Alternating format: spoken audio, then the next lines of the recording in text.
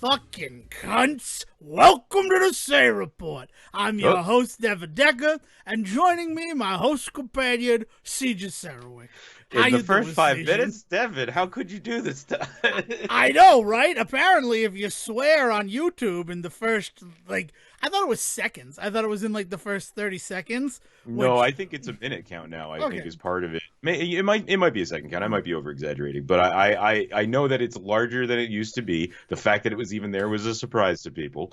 But yeah, man, YouTube. Oof, where do you want to go, Dev? How do you want to start telling everybody? I guess where I want to start telling everybody is we are the newest bad boys on YouTube. And even that's hyperbolic.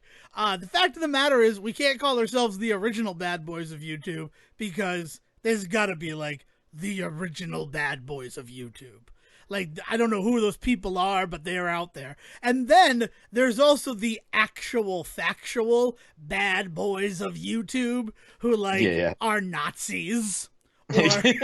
Or pay underprivileged people to promote negative things. I think that the English language has given us plenty of words worse than bad that we could use to describe those people, though, right? Evil, when we talk about when we talk about bad boys of YouTube, we mean Ryan playing a prank on his mom again. She's holding that bowl of water above her head for the rest of her life now. Yep. Mom, if you ever put your arms down, you'll die. Isn't that weird? There's the Shark Guy. I don't watch Ryan. I just played his kart racing game on Stadia, and there was a Shark Guy, and that seemed weird. But yeah, so we're the latest bad boys of YouTube, but again, that can't be true because what happened to us, the reason why I'm calling us the bad boys of YouTube, the reason we're starting so spicy in this episode being recorded on Easter Sunday, just for somebody to know, right? For the Say Report Wikipedia. Amen, brother. Have a blessed day. Have a wonderful, or whatever that lady used to say at the CVS that everybody thought was so charming. The fact of the matter is that after 2,269 days of the Say Report's existence, because our very first episode, our trailer episode, was January 16th, 2017, we have had an episode banned on YouTube.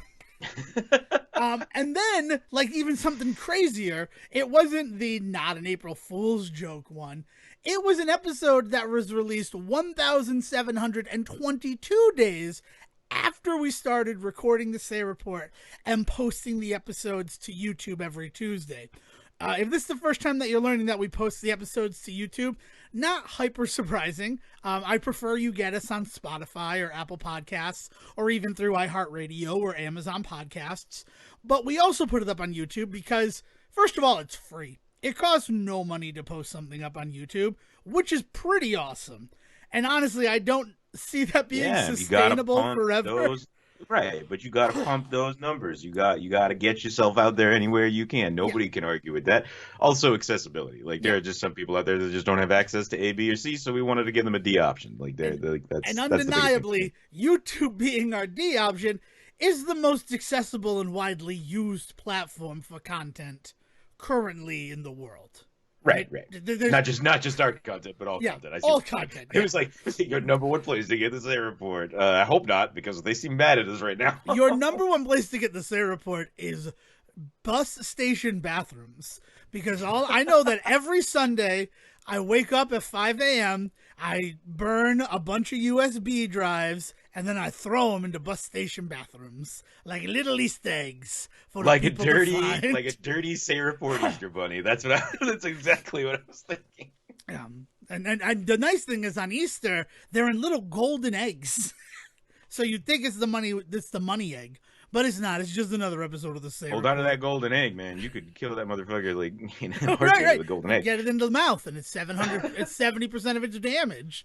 Oh, say Resident Evil. I mean, we're still the Say Report. We're still going to be a show about everything while we're talking about the fact that. So the episode that released 1,700. Can we just become a show about Leon Kennedy, please? That's what I wanted to become. We can do a spin-off about Leon S. Kennedy. Luigi, Leon. Yeah. So the episode that was released 1,722 days was called Team Red Droid.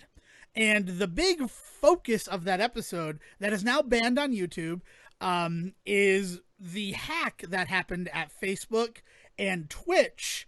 Like, they were rapid fire hacks. The Facebook snow day, if anybody remembers, like that's the kind of colloquial term that I've seen bounced around to talk about that day, is the Facebook snow day. That's what they called it by in the by time, their own too. right, by their own labeling, right? Yeah.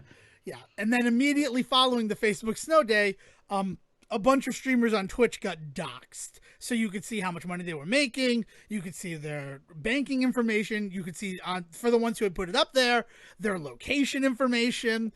So, like, it was this, like, crazy week in internet. It was so crazy, in fact, that we ended up recording it not late, because we still released on Monday, which we do to all the podcast platforms. But we ended up having to record it on Monday because Sejohn himself was affected by just this insane week of internet outages that occurred. The internet had been out for somewhere between 24 and 48 hours in my house. And if you listen to that episode, there are still other places you can get it, by the way. I think we should make that clear. Everywhere but YouTube right now. So so you can still get it other places. It's just YouTube where we've been banned. But yeah, I explained in that episode that there was a blunt moment where I just like realized, hey, I could try this thing, and it finally worked. And then I realized in that moment that I might have actually been able to fix it, not all along, but much earlier. But anyway, due to my own ineptitude with the internet, we ended up recording a day later. Partially because of your own ineptitude, we ended up recording a day later. But it doesn't change the fact that your internet service provider was down. Like, they ended up having to remotely factory reset all of your equipment, and not just mine. I think is part of what we talk about, right? Like, they had to do it to so many people that inevitably what it became was, we're not even going to tell everybody, we're just going to do this, which was kind of what screwed me. Right. And that's it. So that was like the main thrust. The secondary thrust, if you're not borderline not illiterate, the one where you have difficulty reading, what is that called? Dyslexic? Dyslexic. Is that what you're saying? Okay. If you're not, I mean, illiterate is also that, right, but dyslexic is the one it is. If you don't have selective dyslexia, like Stephen and Anita Smith from American Dad, you probably don't look at the title Team Red Droid and see that it is an one of a mix-em-up words. I don't even know what those are called.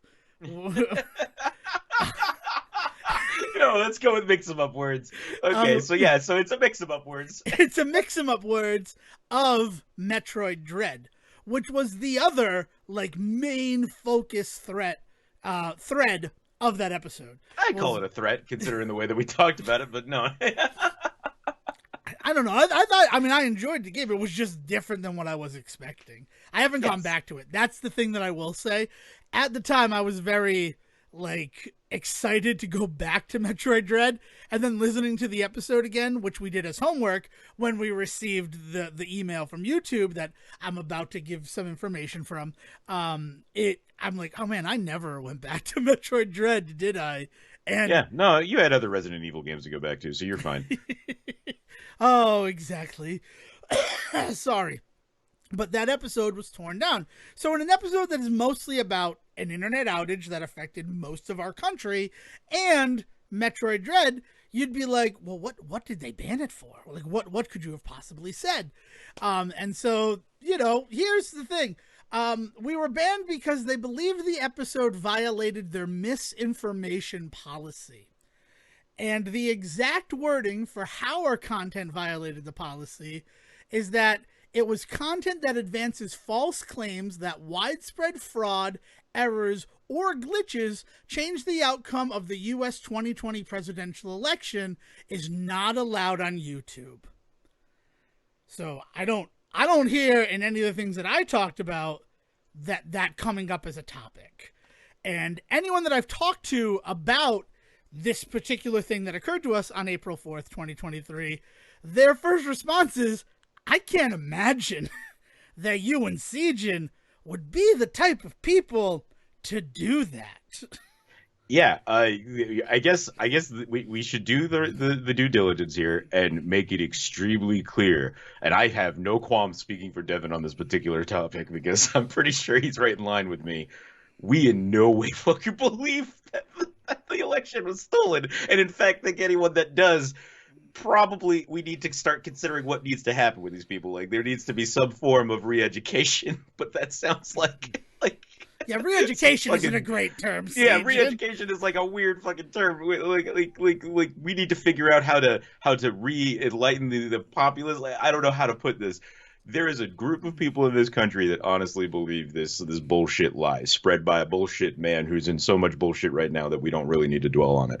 But like we need to help those people. They're like that is where I personally stand, and this is where maybe I'll break from Devin. I don't know how he feels about this part, but like I know we both understand that that's insane to think that that's what happened, but we are hitting a point now where we need to start considering a way in which we deal with these people that like I don't know, like do we put them in a class of some kind? No, like what do we I don't know how to do it, but yeah, there are people, they believe it. That is their reality, that the election was stolen. And I mean, I will break from Sejohn and I will say this: I think as long as we use the Electoral College in America to determine our president, then it's kind of not the best system.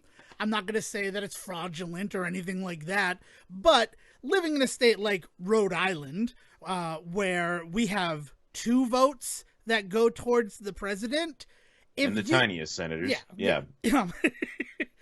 If you don't vote, I mean, your vote in Rhode Island, just because of the fact that our entire population is condensed down to 2 votes, you have a 0% effect on the election when you go vote.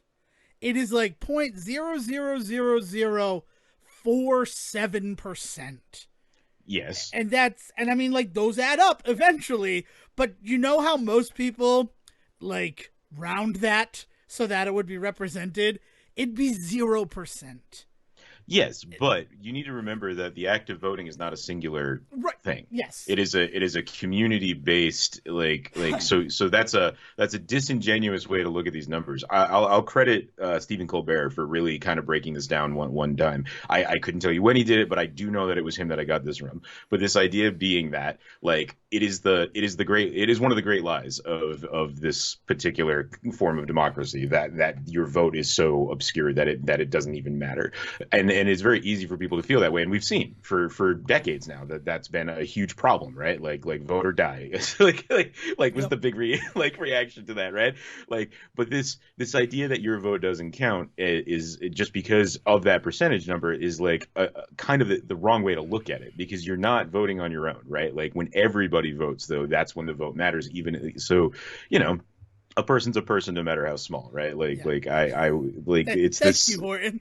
Yeah, but I mean, like that's like one of the first lessons I learned in life, and it has been one of the deepest like set lessons I've learned in my life, right? Is like this belief that like you are part of this larger community, and that's what we in this country believe in, right?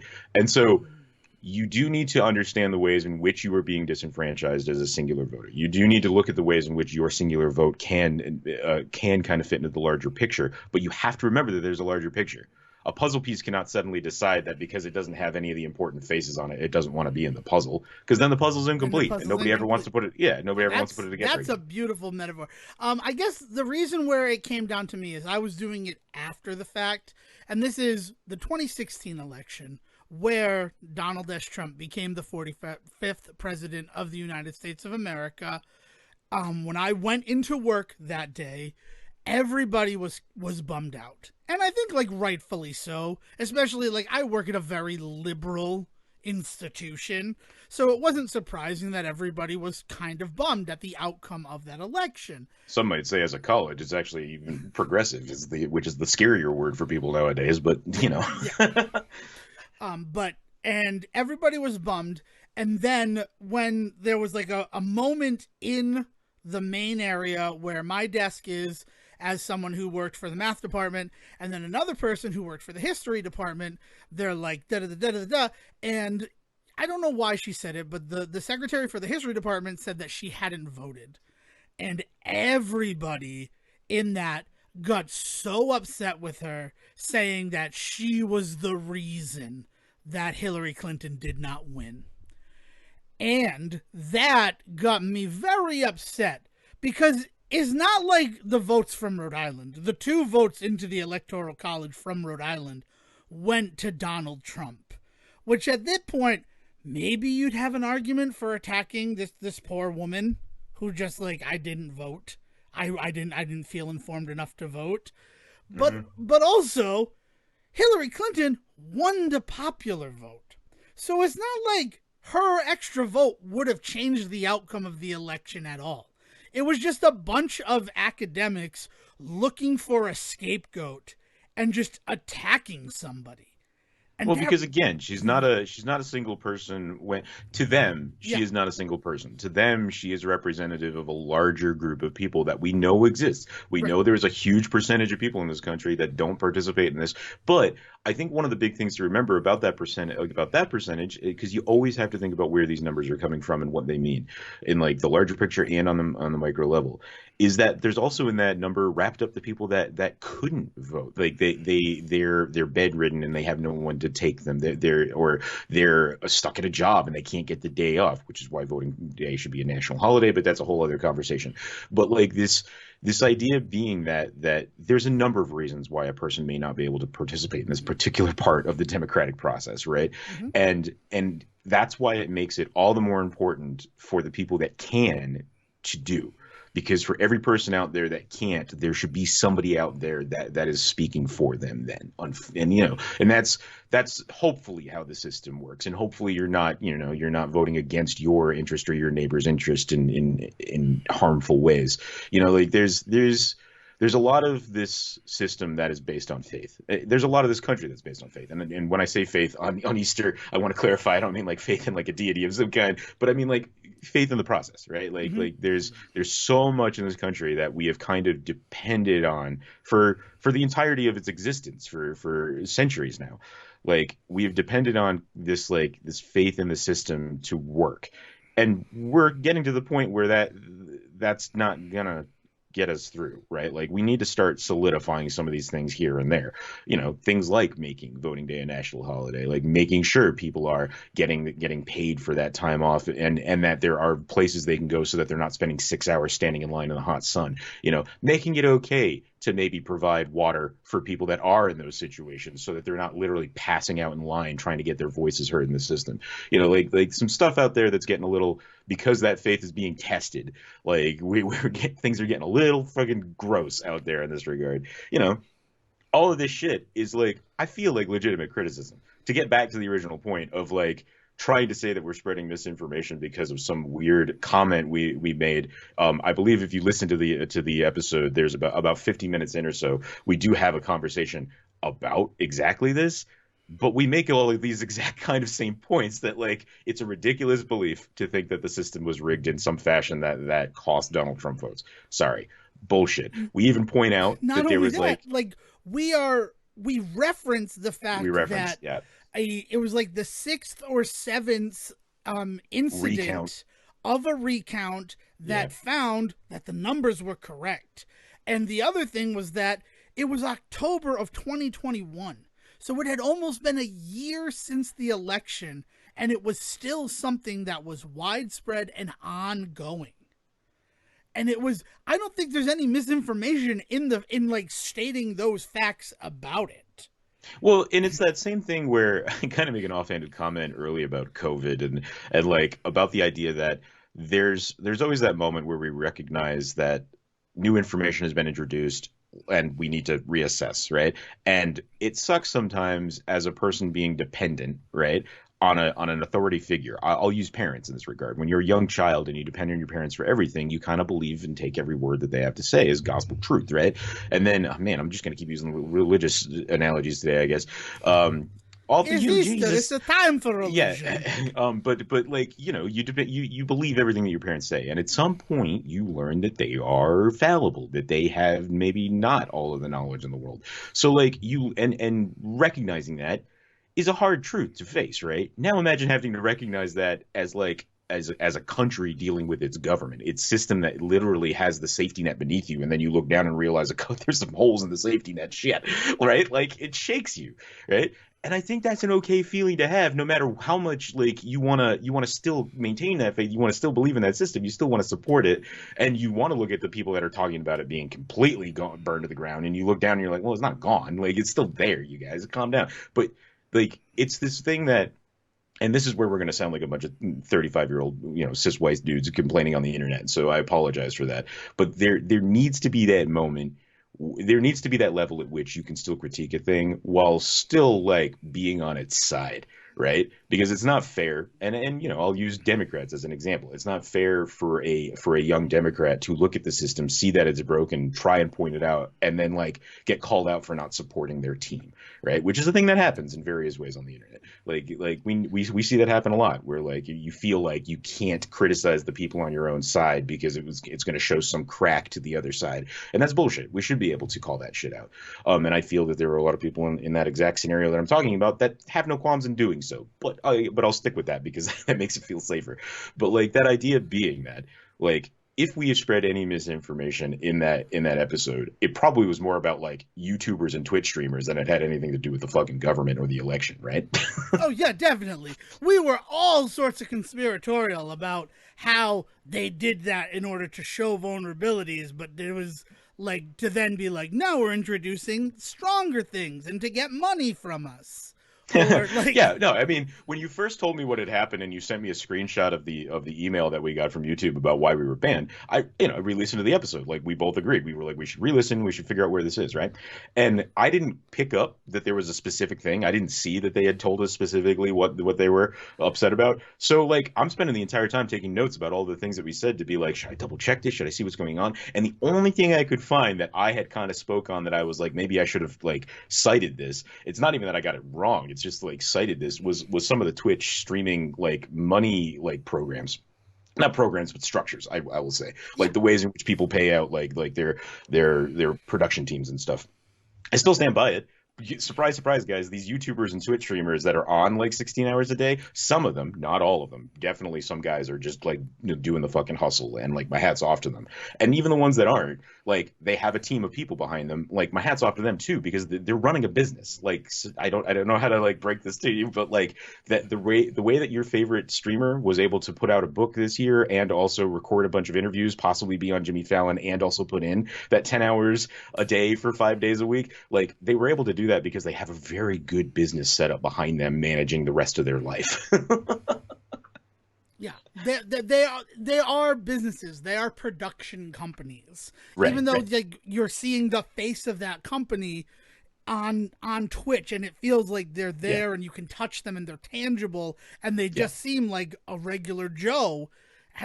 Behind it, there's a lot of gears and cogs that have to be working in order for it to happen. I think the biggest thing that I would say to this point about this episode, and this is kind of my final thought on the whole thing, is that like it kind of sucks how much has not changed in any regard about anything we talked about in that episode 2 years ago. So much to the point that we even like we called the Roe versus Wade shit in that episode. Like if you really listen to what we're saying. Yeah, there's an entire moment where we talk about the Texas bill that we're like, well, they're doing this to kick the can down to the Supreme Court to eventually challenge Roe versus Wade. Yeah. Which at the time felt like I think that's what started the whole like tinfoil hat conversation. And we started talking about the idea of like now everything from this point on is us talking conspiracy bullshit. And then we spent more time talking about Facebook than we did anything else. But I'm pretty sure that was the thing that really kind of clicked in my head where I was like, at this point, we're talking out our ass. So we should make sure we cite that. Yeah, at this point, we are looking at all of the facts that we have, and we are going to build them not following the instructions that came with this particular Lego set, but in the way that it could be the worst possible outcome for the country. And then, come to find out, it was like, there's that scene in Ralph Loves Lisa, where she says she's my girlfriend and I love her, and Lisa just loses her mind, and then Bart's like, if you go in slow motion, you can see the exact moment where his heart breaks in two. Oh god, it's one of the saddest moments in television history. I'm sorry. Right. It really is. It really is. It honestly is. That is what happened to me while I was driving home and listening to the episode. Yeah. Like the fact that I was by the Scituate Reservoir, and the fact that I didn't just turn my car into it, Like, first of all, I mean, I'm not that person. There's no actual fear of suicide. But it was one of those moments where I'm just like... YouTube? Okay, YouTube? Calm down. It was just like one of those things where I'm like, holy fuck. No, it's more like you wanted to just, like, pull over, sit by the river, sit on the roof of your car, and contemplate life for a while at that point, right? Like... we were like, this is the thing that could happen based on it is. And to then be living in the world where that exact thing happened. And the impetus for us to get to that was the fact that, Facebook went down, they had a snow day. Yeah, well, if there's any two people out there that can string some bullshit from some cow shit, like that's us, right? That is the truest true. Which I think that so that's just the thing that we're going through right now. And it's interesting to me, especially since we've never been on that side of it before. And I mean, the question that I have, and this is not something that I think we should solve online, I think it's something that Sejohn and I are going to have to discuss, is whether or not we appeal this decision. Because before this happened, our channel was just our channel, and it was innocuous. But now that we have this warning, we are open to strikes. And that is the stuff that can really affect a YouTube channel. Yeah, I mean, my initial reaction is I don't want to engage, and that's for a lot of reasons, not least of which my own personal like anxiety issues. Like I don't want to engage, but there's other reasons as well. And you're right, we will talk about it off air because this is when we start getting into like the meat and potatoes business bullshit, and like we've recorded those episodes and we know they don't sell. Exactly. But that's the thing. But it's one of those things where I had never considered what it feels like to be in this spot before. And that's why I thought maybe we should talk through it, let people know. And it's also going to inspire the title of this episode called Steal This Episode. If you're listening to this on YouTube right now, I think you can download it. I'm pretty sure you can download any video off of YouTube now. Make sure you download this episode off of YouTube. That might be a premium. I will admit a lot of things about YouTube are always going to be, and I think I think I've said this before, but I will always reiterate it. Cite your bias.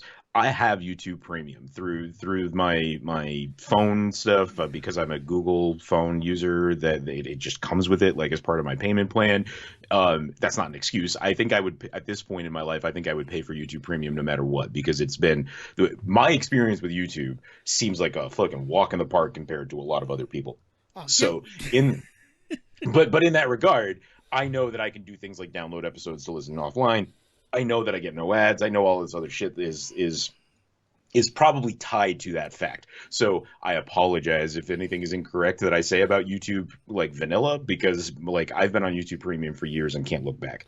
He's on YouTube Rocky Road over there. It's not just chocolate. There's little marshmallow pieces too. There are, and they're delicious. I gotta tell you, giving my father YouTube Premium as a birthday gift was the smartest thing I've ever done. It inspired me to actually give it to my dad for Christmas. I was like when it was we went home for the holiday. You talked about it being like a really good gift idea. We were just like, yeah, you know what? My dad, who watches a fuck ton of like antique YouTube and like restoration YouTube and stuff like that, he loves watching those things. But those videos are notoriously like an hour to 2 hours long, because it is a guy literally in his wood shop in real time restoring a chair, right? And so like he'll end up with 1,000 ad breaks in a fucking video because he's watching a 2 hour long video, and those are the things that they love to target with ads. So I'm just like, Dad, you're making this thing a half an hour to an hour longer by why don't you just pay for premium? And then I remembered the gift idea, and I was like, this is what we're getting you for Christmas. Yeah, and I'm never gonna have to worry about what to get my father as a gift ever again. Exactly. It is just I'm getting him YouTube Premium for the year. Because like the benefits are there. But if you can download it via YouTube, download it via YouTube. There's also plenty of other ways to download YouTube videos. Type it into your Google bar and they will come to you. I don't think they're blocked yet, which is actually really weird. You might have to use Bing. You might have to use Firefox to get to these. True. It's true pirate aesthetics. No. What's the word I'm thinking about? Ethics. Thank you. Yeah. Where like as long as they're not like pissing off the wrong people, nobody's really stopping them right now, and we'll see what happens. It's But yeah, use one of those. Download this episode. Steal this episode. And also, just so that everybody knows, and we are being completely transparent, we are not monetized on YouTube. We tried, but we don't like people listen to us on podcast apps. But it was just one of those opportunities where, as a creator, let's go in for monetization. And we're not. So this is not something where we're attacking that. It's not like the whole Linus Tech Tips thing where they lost their freaking website because of that whole attack that happened there. And then they used it to like their subscription numbers and stuff like that. We're not doing anything like that. We're telling you that if you're listening on YouTube, steal this episode, because based on everything that we just talked about, there's a better than good chance that it might get taken down from YouTube. Yeah, and I know a couple of people are probably going to reach out and try and explain to us some various ways in which this might have happened and ways to fight it and stuff. And I appreciate you, and I appreciate that information. We also have a couple of theories about exactly how this happened too. So, but that's a whole other. That's more tinfoil hat. Yeah, exactly. Too. Devin. Yes. It's Easter, right? It is Easter, Sejohn. I need to check something really quick. Hold on. Let me do this live on air. Oh, he's checking something live on air. Yeah.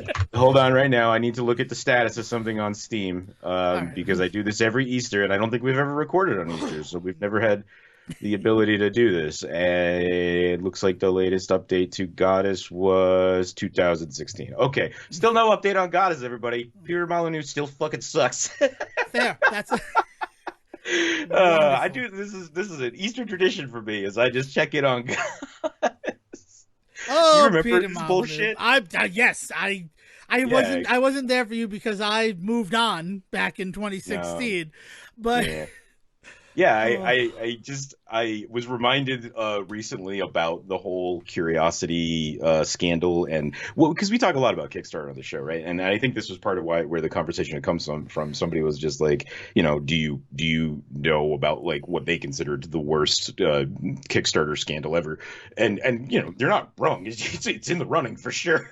But the whole Curiosity, what's inside the cube, leading to the Goddess Kickstarter that then Peter Molyneux just like completely shit the bed on. Do you remember any of this? No, I just know that Peter Molyneux is not a good name in gaming. So back in 2011, I want to say 2000. It had to be before 2013 because it was won eventually in 2013. But essentially, Peter Molyneux and the company 22 Cans is the name of it, and that's all one word, 22 Cans. They put out a phone game. Like I think it might have been available in other places, but I remember everybody around me playing it on their phone, called Curiosity. And then eventually it got changed to Curiosity hashtag what's inside the cube, or like semicolon what's inside the, like depending on what market you're on, it changes. But Curiosity what's inside the cube. And the whole promise of that game was that everybody in the world was playing the same board, quote unquote, of this, and you would just click on blocks and they would disappear. And you could pay for like better tools to kill more blocks, or if you got a certain combination of blocks. So it was basically an idle game, right? Long before like the idle game kind of craze really started to really kick off in the middle of the teens, where like people were like paying for Cookie Clicker at that point, right? But this is back when like it was a lot of like free stuff on your phone and stuff. And the promise was that as the entire world worked through it, whoever the last person was when the box was quote unquote unlocked would receive a life-changing prize. And that was the phrasing. This will be beyond life-changing, according to Peter Molyneux, or life-changing in ways that we can't even comprehend was another way he said it. Like he just said it 1,000 different ways, but life-changing was always in there, right? And then eventually, like in 2013, it was finally quote unquote won, right? And the guy was from Scotland, Brian Henderson. I'm looking at the name now. It was Brian Henderson from Edinburgh, Scotland, was the one that was told he won, right? He was weirdly given the option to either not tell people that he was the one that won or tell. And I think it's kind of based on lottery rules. Like, we don't need to publish your name if you don't want to get like, bombarded by like the world. I don't think that many people ended up caring because of what happened next, where basically he was like, no, you can tell everybody what happened. And Peter Molyneux came out and said, the prize for this game is that you get to be a godlike figure in the game Goddess I'm making, which is a follow-up to Populous. And anybody that doesn't know what that means, Populous was one of the most groundbreaking, successful games in the early years of video gaming. I think it was on like the Amiga or something like that. And it was a it was a God game, and I think a lot of people like kind of call it the first God game, right? Like it's the first time where you get to be this kind of figure. I think eventually, like I think the Sim like series, like Sim City and all that, kind of really kind of comes in and kicks its ass eventually. But at the time, like it was like a huge thing, and he was making a follow up to it in like 2010, like 20, 30 years later. He was like, I'm making a new game that's going to be like that, and you are going to get to be like one of the big figures in it. Also, he promised them like a percentage of this of the like money for the game. And so that's why I like to check out Goddess, because eventually Goddess came out. It didn't have any of the features. Oh, they rolled it into a Kickstarter just to explain where that kind of came from. So they said, you get to be this main figure in Goddess. You're going to get a percentage of the thing, and tomorrow we're going to start the Kickstarter on it, and like we're going to start collecting money to make it. And people were like ecstatic. They were like, "Whoa, what a crazy like prize!" Blah blah blah. So people gave into the Kickstarter, and it was a 450,000 pound Kickstarter, I believe, or lira. I'm not sure what not American dollars. Let me put it that way. And they yeah, currency, yeah. But they raised more than that, right? Like 100,000 more than that, like some crazy number over that, which was I mean, it led to a makes lot of sense people at the time when you right consider and the whole build to it.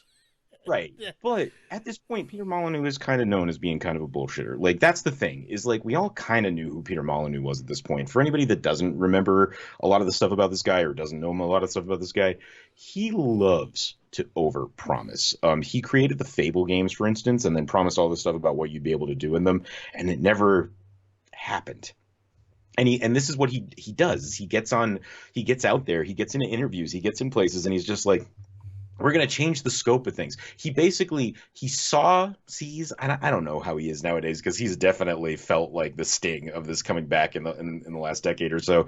But he, at the time, kind of really saw himself as like a Steve Jobs type or a Bill Gates type in specifically the gaming sector. You could even argue at the time probably saw himself as like an Elon Musk type, right? Like saw him, right? I don't know if he'd want that comparison nowadays, but that idea being that like I am the face of change in this industry, and I am the face of successful change in this industry, right? And he never was. He would throw himself into the fucking wolves and then be surprised when he got eaten. Like, it was just crazy how often he would promise a feature or a thing or a quality of life update or a style of game, and then it would just not happen. And then people would come back to him and be like, yeah, what happened there? And he's like, yeah, we got into production, we realized that this was a challenge and that wasn't going to work, and blah blah blah. So like life happened, the reality, like, so the thing is that anybody out there that thinks that somebody let's just focus on video games, but if you think that somebody in the industry is not trying to do something new or fun, like, no, that's not how it works. Like, people out there are dreaming of doing something huge, and sometimes the reality of life comes in, kicks the shit out of it, and it just comes out and it's just a fucking clone of a different game. And you're just like, oh, this is weird, this is just this game, blah blah. And it's like, well, yeah, because they realized that they had to make concessions here, here, and here, and eventually blah, everything's the same. And like that's why we celebrate innovation when we see it. Even if we don't love a thing, we still say, but it's trying something, right? Like, they're very often we give things a pass because they're doing something new or fresh, and it's because that person had the ability, the gall, the sense to say, like, I'm just not going to do it that way. I don't care what's quote unquote successful or not. And Peter Molyneux throws himself out there as the kind of person that wants to do that, but then inevitably always falls back on the successful thing. So yeah, so you have this very famous bullshitter who's in charge of this whole thing, says this is what's going to happen, and lo and behold, it turns out to be bullshit, because Goddess comes out eventually a couple years later, and it doesn't have like half the features that it promised, including one of the main features for this particular winner of Curiosity, which is that, like, as the god of this world, people will challenge you for like your throne essentially, and it's up to you to defend that, right? And that's like kind of the appeal of this game, is that like you're going to build up all of this so you're a god, you're going to build up a population of people that have faith in you, and the more faith they have in you for various reasons, the stronger you are, and eventually you'll get strong enough that you'll be able to challenge the god of this world to take over as the god of this world, right?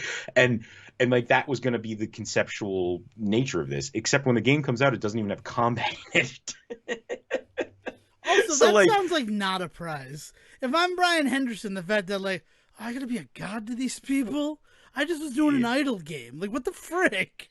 Yeah, so there's a lot to be said about exactly that, right? There's a lot of people that start calling Molyneux out in that, and the reason that I even am still dwelling on this and like come back to it, and no joke, I do check up on this game on a regular basis to see what's happened. Is it all went to shit? Like the the exact story that Molyneux tells about what happened is literally the one person at the company in charge of staying in contact with Henderson to like make sure all of this stuff went into effect. Apparently, at some point, got fired and not replaced.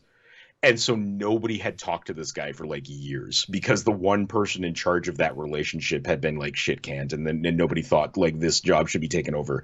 And he outright says, Molyneux says, like that's like unconscionable, like unforgivable, like this was part of the deal. And like he apologizes for it in some like Vanity Fair interview or something later on. And like that's all well and good, but as far as I understand, they still haven't like reached out to this guy. So this poor guy gets all this press for like winning, like to the point where Devolver Digital, the only true heroes in this story are fucking Devolver Digital, is they like step in and they're just like, man, it sucks that you got treated like this. We're gonna put you as like a DLC or like an unlockable character in the Not a Hero series. Like they throw this poor guy into this game as like a sorry we can't do more for you prize, but like all the power to Devolver for at least doing like something that they had no they didn't have any stake in this game, but they stepped in and they were just like, we feel real bad for this shit that happened to you. Right. Plus, it's a good way to get good press off of a shit situation. Exactly. And if that's not Devolver's bread and butter, I don't know what is. Yeah. So like shout out to Brian Henderson on this day. Just I want you to know we still think about you, man.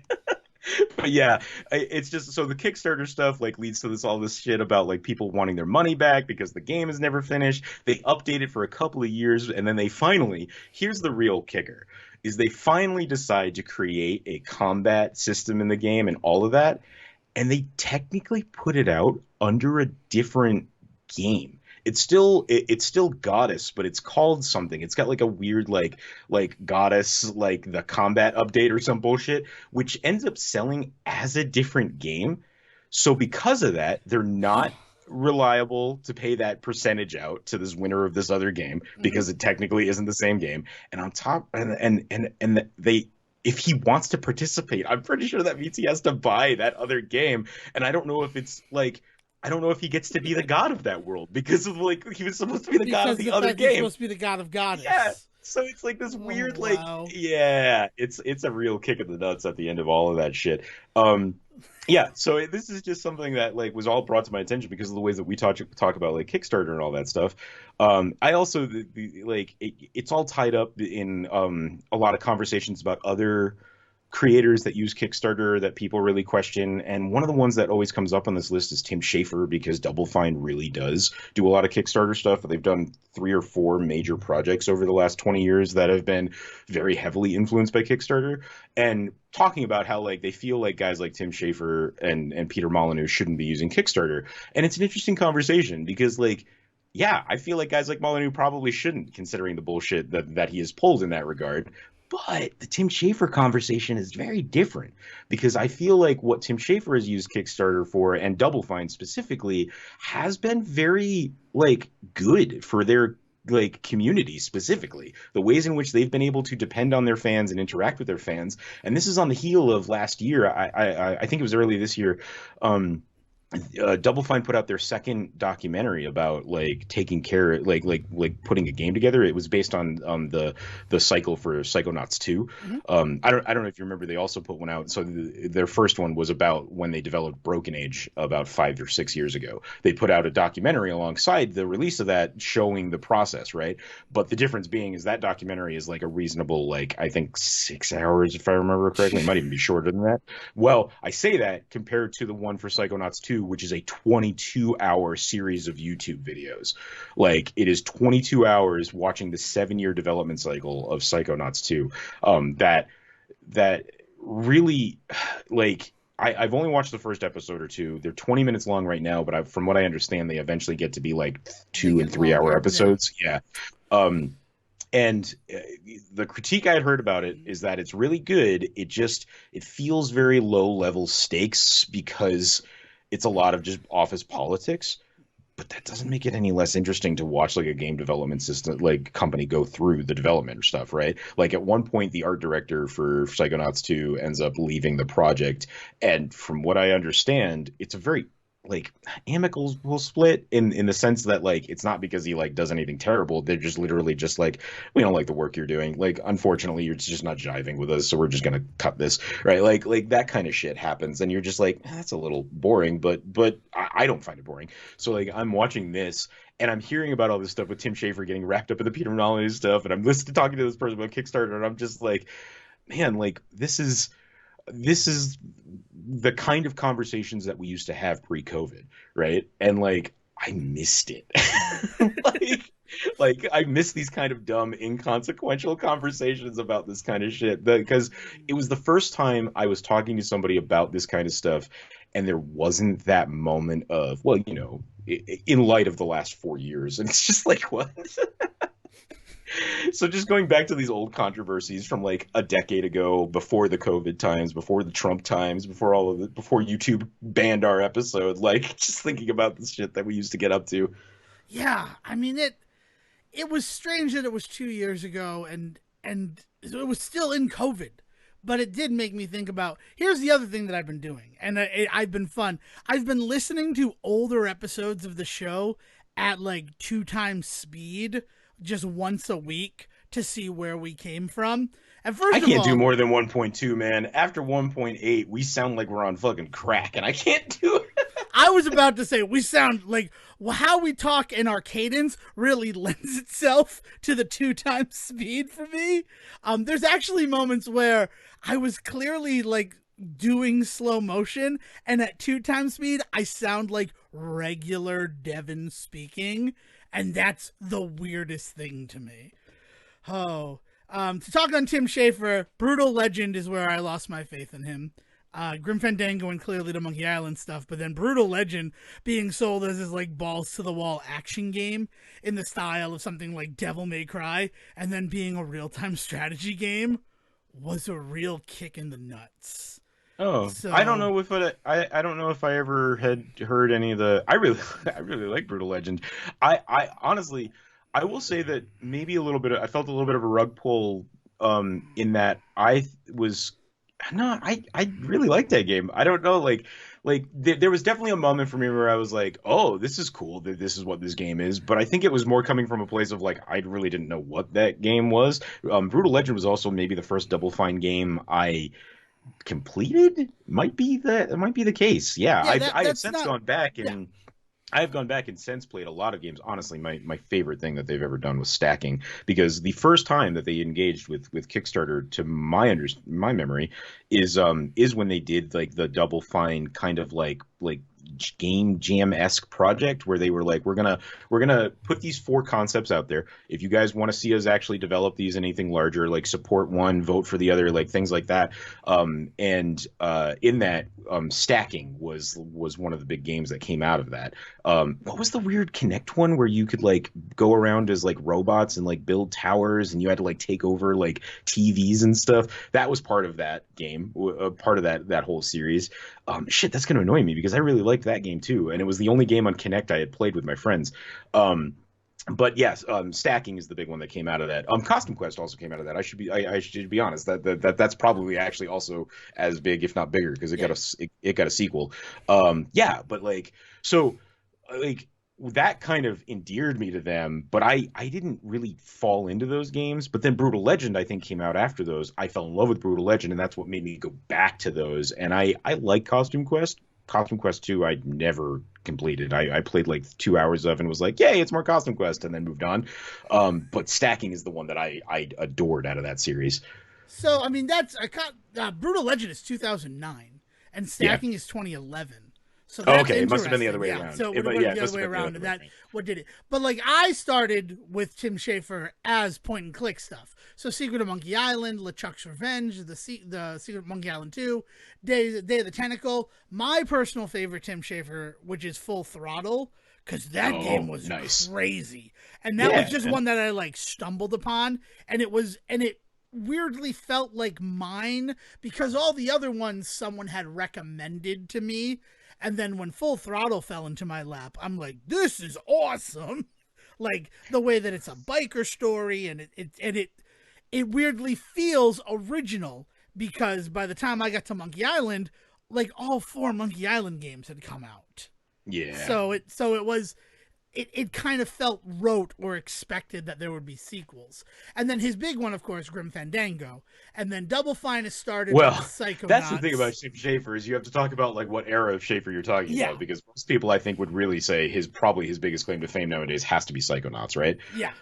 Which is crazy because for me it was Grim Fandango. Like that's where I'm like, this is obviously his story after working with LucasArts and being this person on these other ones, co-writing the Monkey Island stuff.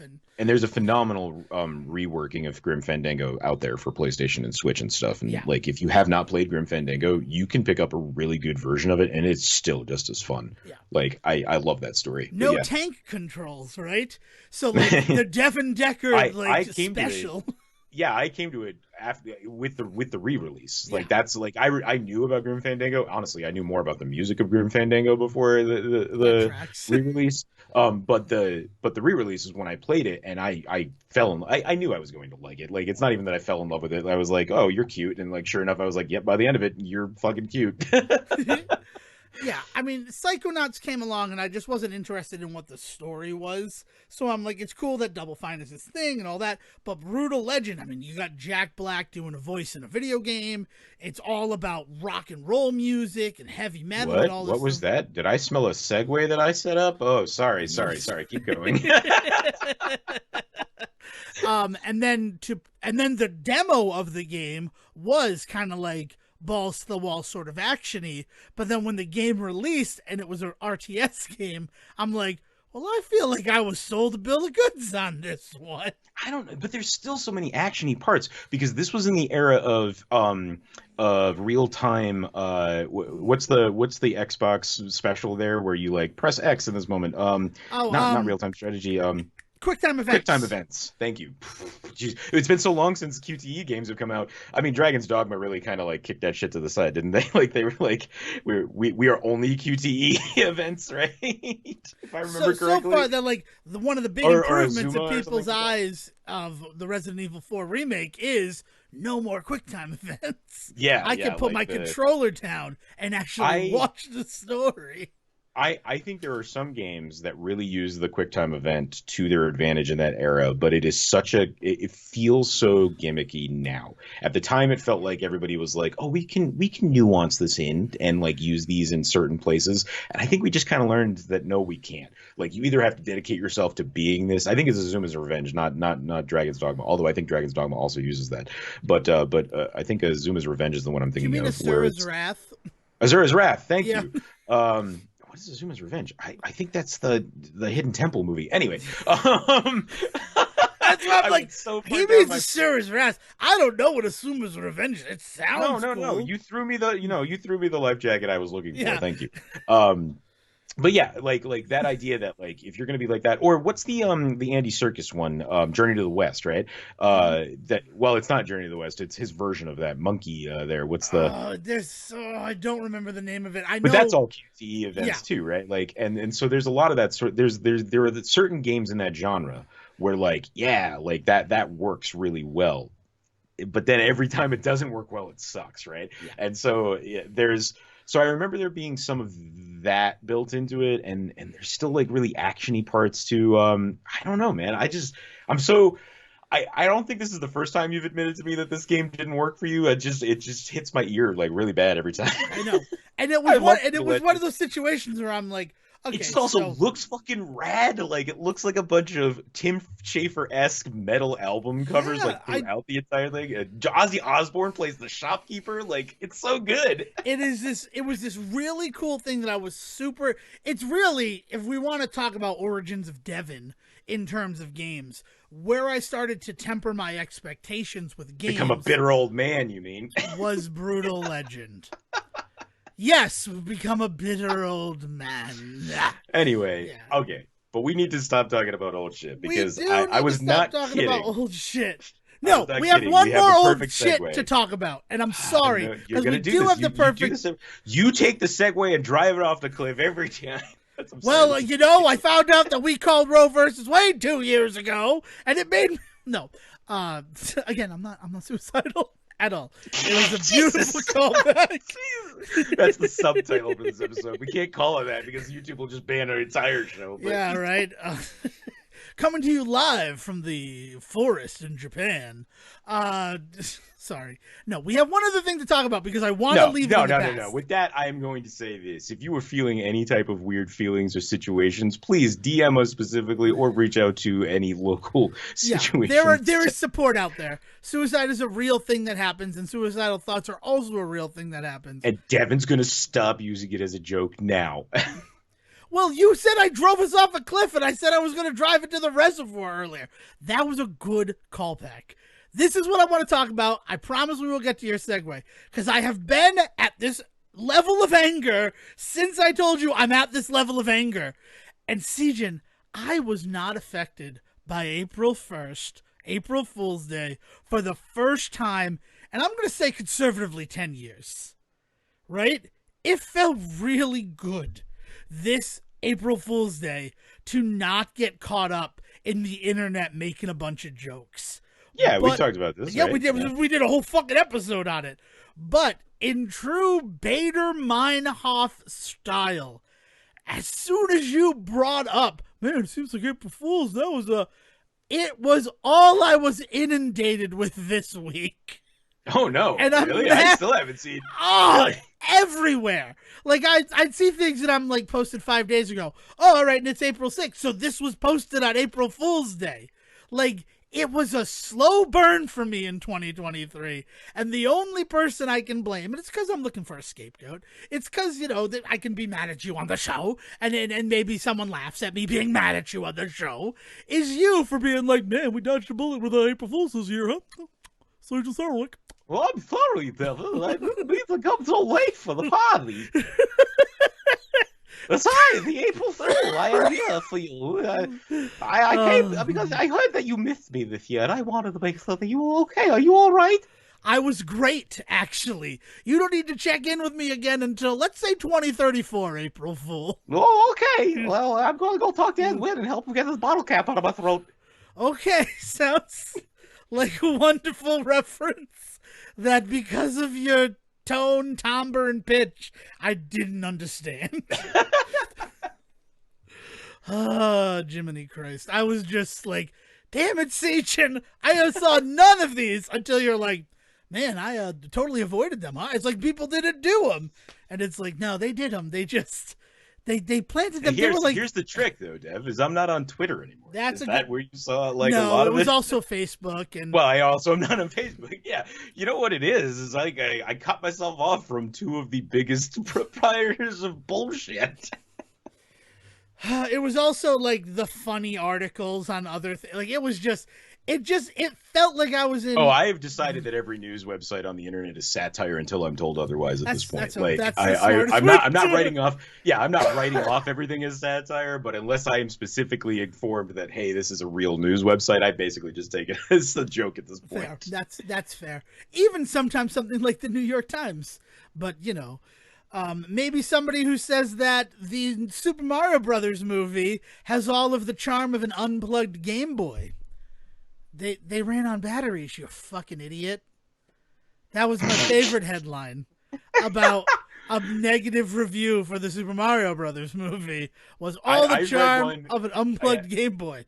Yeah, that's fucking bullshit. But my favorite one was the one that said somehow this movie manages to have less love for the franchise than the 1993 movie after we had recorded an entire special episode about how much that movie actually seems to have a lot of love for the movie, for the games, I mean.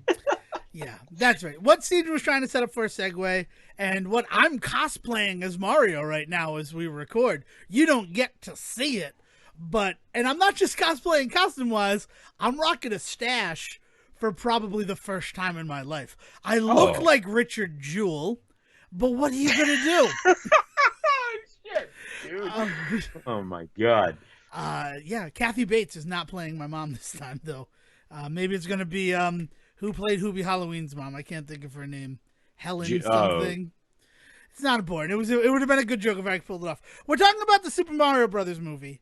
We'll try to keep it brief, but like the stars aligned that both of us saw this movie.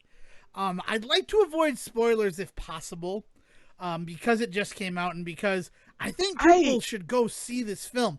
I guess I would say story-wise, there's not too much to spoil. Mario finds himself in a Mushroom Kingdom. Bowser wants to marry Peach. Mario has to stop it. Like, there's definitely more going on, and I will say that we won't spoil like the reveals and the secrets and the twists and stuff, but like pretty generally, it does a good job of just taking the Mario beats and just doing the Mario beats. Yeah, that's a good point. I don't want to spoil. Like, there are moments that it should be experienced in real time. Sure. I mean, here's the one thing in that regard that I will say, I really like the soundtrack for this movie, and when certain things happen in this movie in terms of the soundtrack, it's pretty fucking awesome in all regards, both orchestration and also like the lyrical music that happens in this movie. I'm going to tell you my favorite moment from the Super Mario Brothers movie. Oh, okay, we are spoiling shit. As related to me, no, I'm actually going to do it spoiler free. Okay, yeah. The last non-score song, so like music, like popular music song that plays in this movie. The scene occurred, and it was just like what sometimes happen when the thing happens. And I turned to my sister, who was with me at the movie, and said, "Man, I really hoped that it was going to be a specific song by ELO that played." And then you know what started to play? That specific song by Electric Light Orchestra. And I'm like, they got me. They knew that I wanted it. Mm-hmm. It was one of those moments where I'm just like, man, I really thought that that's what they were going to end this with. And they subverted my expectations. Yeah. And so kind of this speaks to a lot of the criticisms, and I'll put quotes around that because a lot of people do actually seem to be very much enjoying this movie. Like we should say that up front. But then like the ways in which people have talked about the soundtrack being predictable, right? Like that, and that seems to be one of the big things, is that a lot of people feel like a lot of things that happen in this movie are quote unquote predictable. And I don't know how much I care about that. Like, is there stuff to discover in this movie? I think there is, right? And I think some of that stuff is actually some of the few things I hear a lot of people that are criticizing this movie digging into, saying specifically it's these things that don't align with what they predicted was going to happen are the things that they're upset about, right? And so, like, I kind of think that the ways in which this movie plays it very safe in certain regards, like, I'm kind of okay that they did that. And I know that a lot of people feel like that may mean that because it's not taking risks or making changes and blah, blah, blah, that somehow belittles what is there. I don't agree with that. I think like the soundtrack is a perfect example. There's a lot of people saying like, oh, it's the same music you hear in every movie. And I'm like, not every movie, nope. First of all. And secondly, also like, it works almost because of that association, right? Like, because you are talking about like, oh, this is my reference for this. That's what they're hoping for in those moments. I don't think they're doing anything unknowingly. Like, I don't think that I don't think it's naivety that leads them to pick certain songs in these epic moments. I think it is very deliberate. Yeah, it is deliberate. It is very deliberate choices, right? Yeah, exactly. And so like, I don't know. I enjoy it for that. Here's what happened with the Super Mario Brothers movie. And again, if you haven't seen it and you want to go in completely blind, take like a 15-minute walk and leave us playing and then come back. But what I want to say about the movie is the fact that they overcorrected a little bit from the 1993 film, right? They're almost too beholden to what came beforehand. And I can understand people who would not be happy about that. But just because they overcorrected in the one part of the 1993 film that I think most people would agree is its weakest part, which is the plot. The fact that they took Super Mario Brothers and make it this post-apocalyptic cyberpunk type of like aesthetic film. Like, it makes sense that when that's the thing everybody critiques, that is where they would be like, we need to address this specifically. But all of the other moments in that film, and we recorded for 2 hours talking about the movie, and we gushed over this clear love for all things Nintendo that exists in that film. For the 93 movie. The 93 film, yes. Yeah. We gushed and we're like, they did this and they did that, and like they clearly loved their product.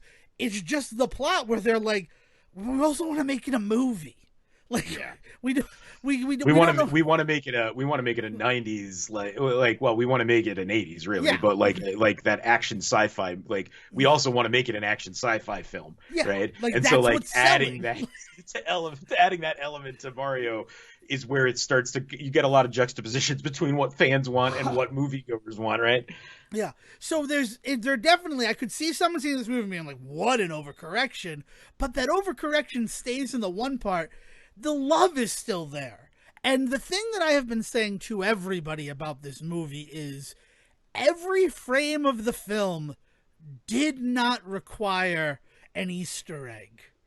But I'm sure as hell happy that every frame of this film has a Nintendo Easter egg in it. Oh, yeah, Mario or otherwise, right? Yeah. Like, yeah, there's so much history. There is one near the end. There's two near the end of it where I'm like, Nintendo historians are the only people who would get those two background references to Nintendo.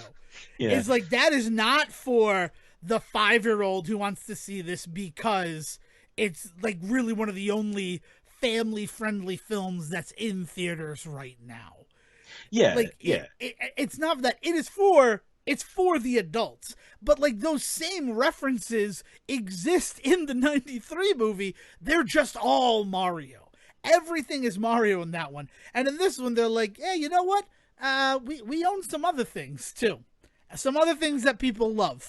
So we can put those into the movie, right? Yeah, we can, and we can. No, it establishes a world, and what's really interesting is it's not just a world in the magic realm of this movie, but in the quote unquote real world of this movie, like both, right? Yeah. It establishes a world different from ours in that, like, this is the Nintendo world, like it's world building, like that's what we're getting at. They do a phenomenal job world building, and it's not just one world they have to do that for. It's more, it's a couple of different worlds that they have to really kind of flesh out, and they do a phenomenal job of doing that in such a short amount of time.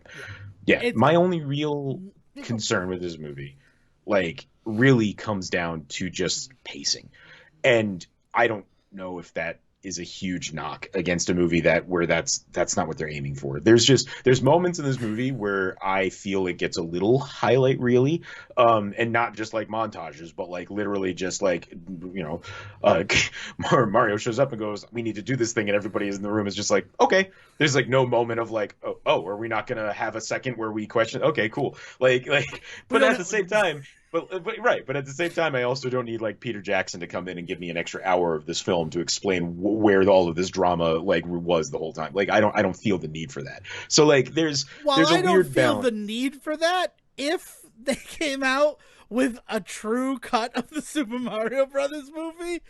I would be there. Yeah, I would be there for the Snyder cut of Super Mario Brothers, the Richard Donner version. Right. Yeah. But the way this movie builds this world, I definitely want to spend more time in it just in this story, and I want to spend more time in it in stories to come. Like, I'm so excited to see what other stuff comes out of this, and I hope that I hope that right now, everything that's kind of going on with the MCU specifically, but also with the DCU and stuff like that, I hope that less is more is being learned. I don't know if that's going to happen, but if they can, with this world, every couple of years or so, let me revisit it and really flesh it out over the years. I'm so excited to come back to it. That's not me saying, and I want to make this clear, I don't need 3 different movies a year from Illumination Nintendo. I don't need that. I think even yearly would be too much. I think that if in 2 years there's another Super Mario Brothers movie, I can be excited about that. And if in 3 years there's a spin-off movie with one of the characters from this, I think I would be okay.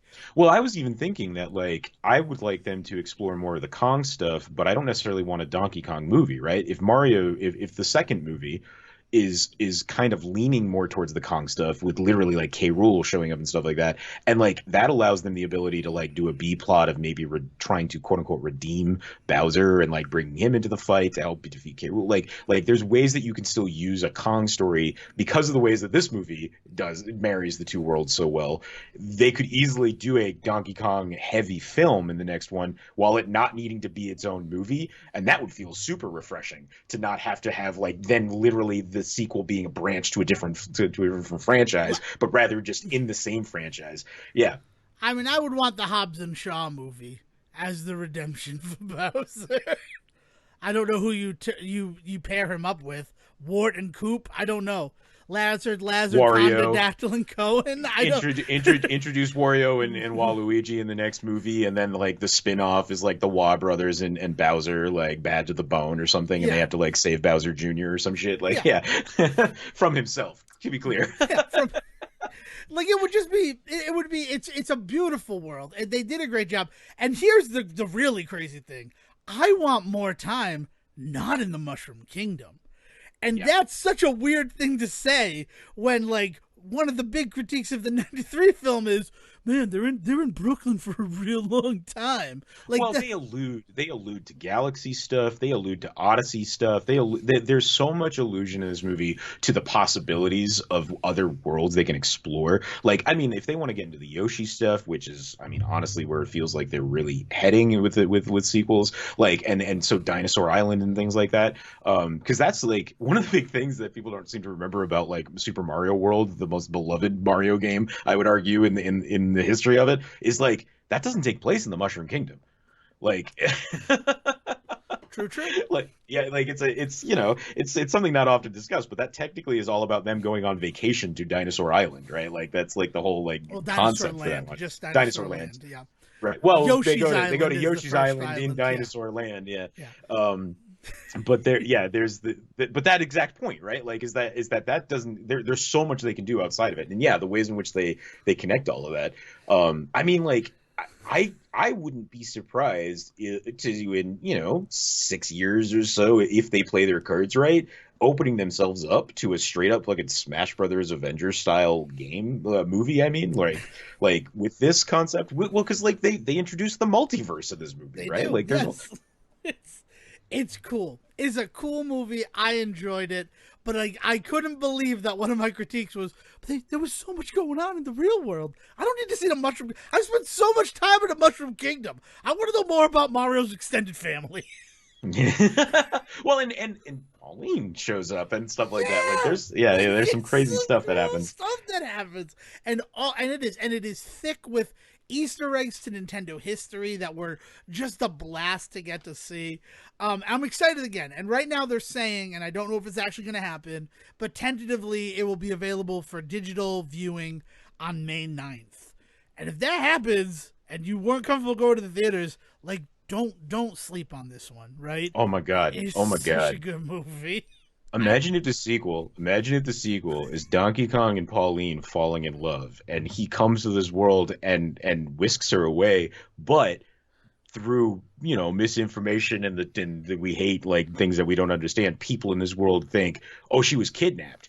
And they call on Mario to try and save Pauline, and he has to go after his frenemy Donkey Kong for kidnapping her. But you learn in the end that they're actually just like in love, like and then you could do an entire literal like Donkey Kong. You could literally do the Donkey Kong. Something very familiar about all this because Jumpman's there. It's there's a lot. I've never been excited and also like we talk about money here, but it doesn't matter, right? This is a fun movie, regardless of the money. But it's cleared $200 million in its opening, and it's on pace to break Frozen 2, right? It already did. It did. Okay.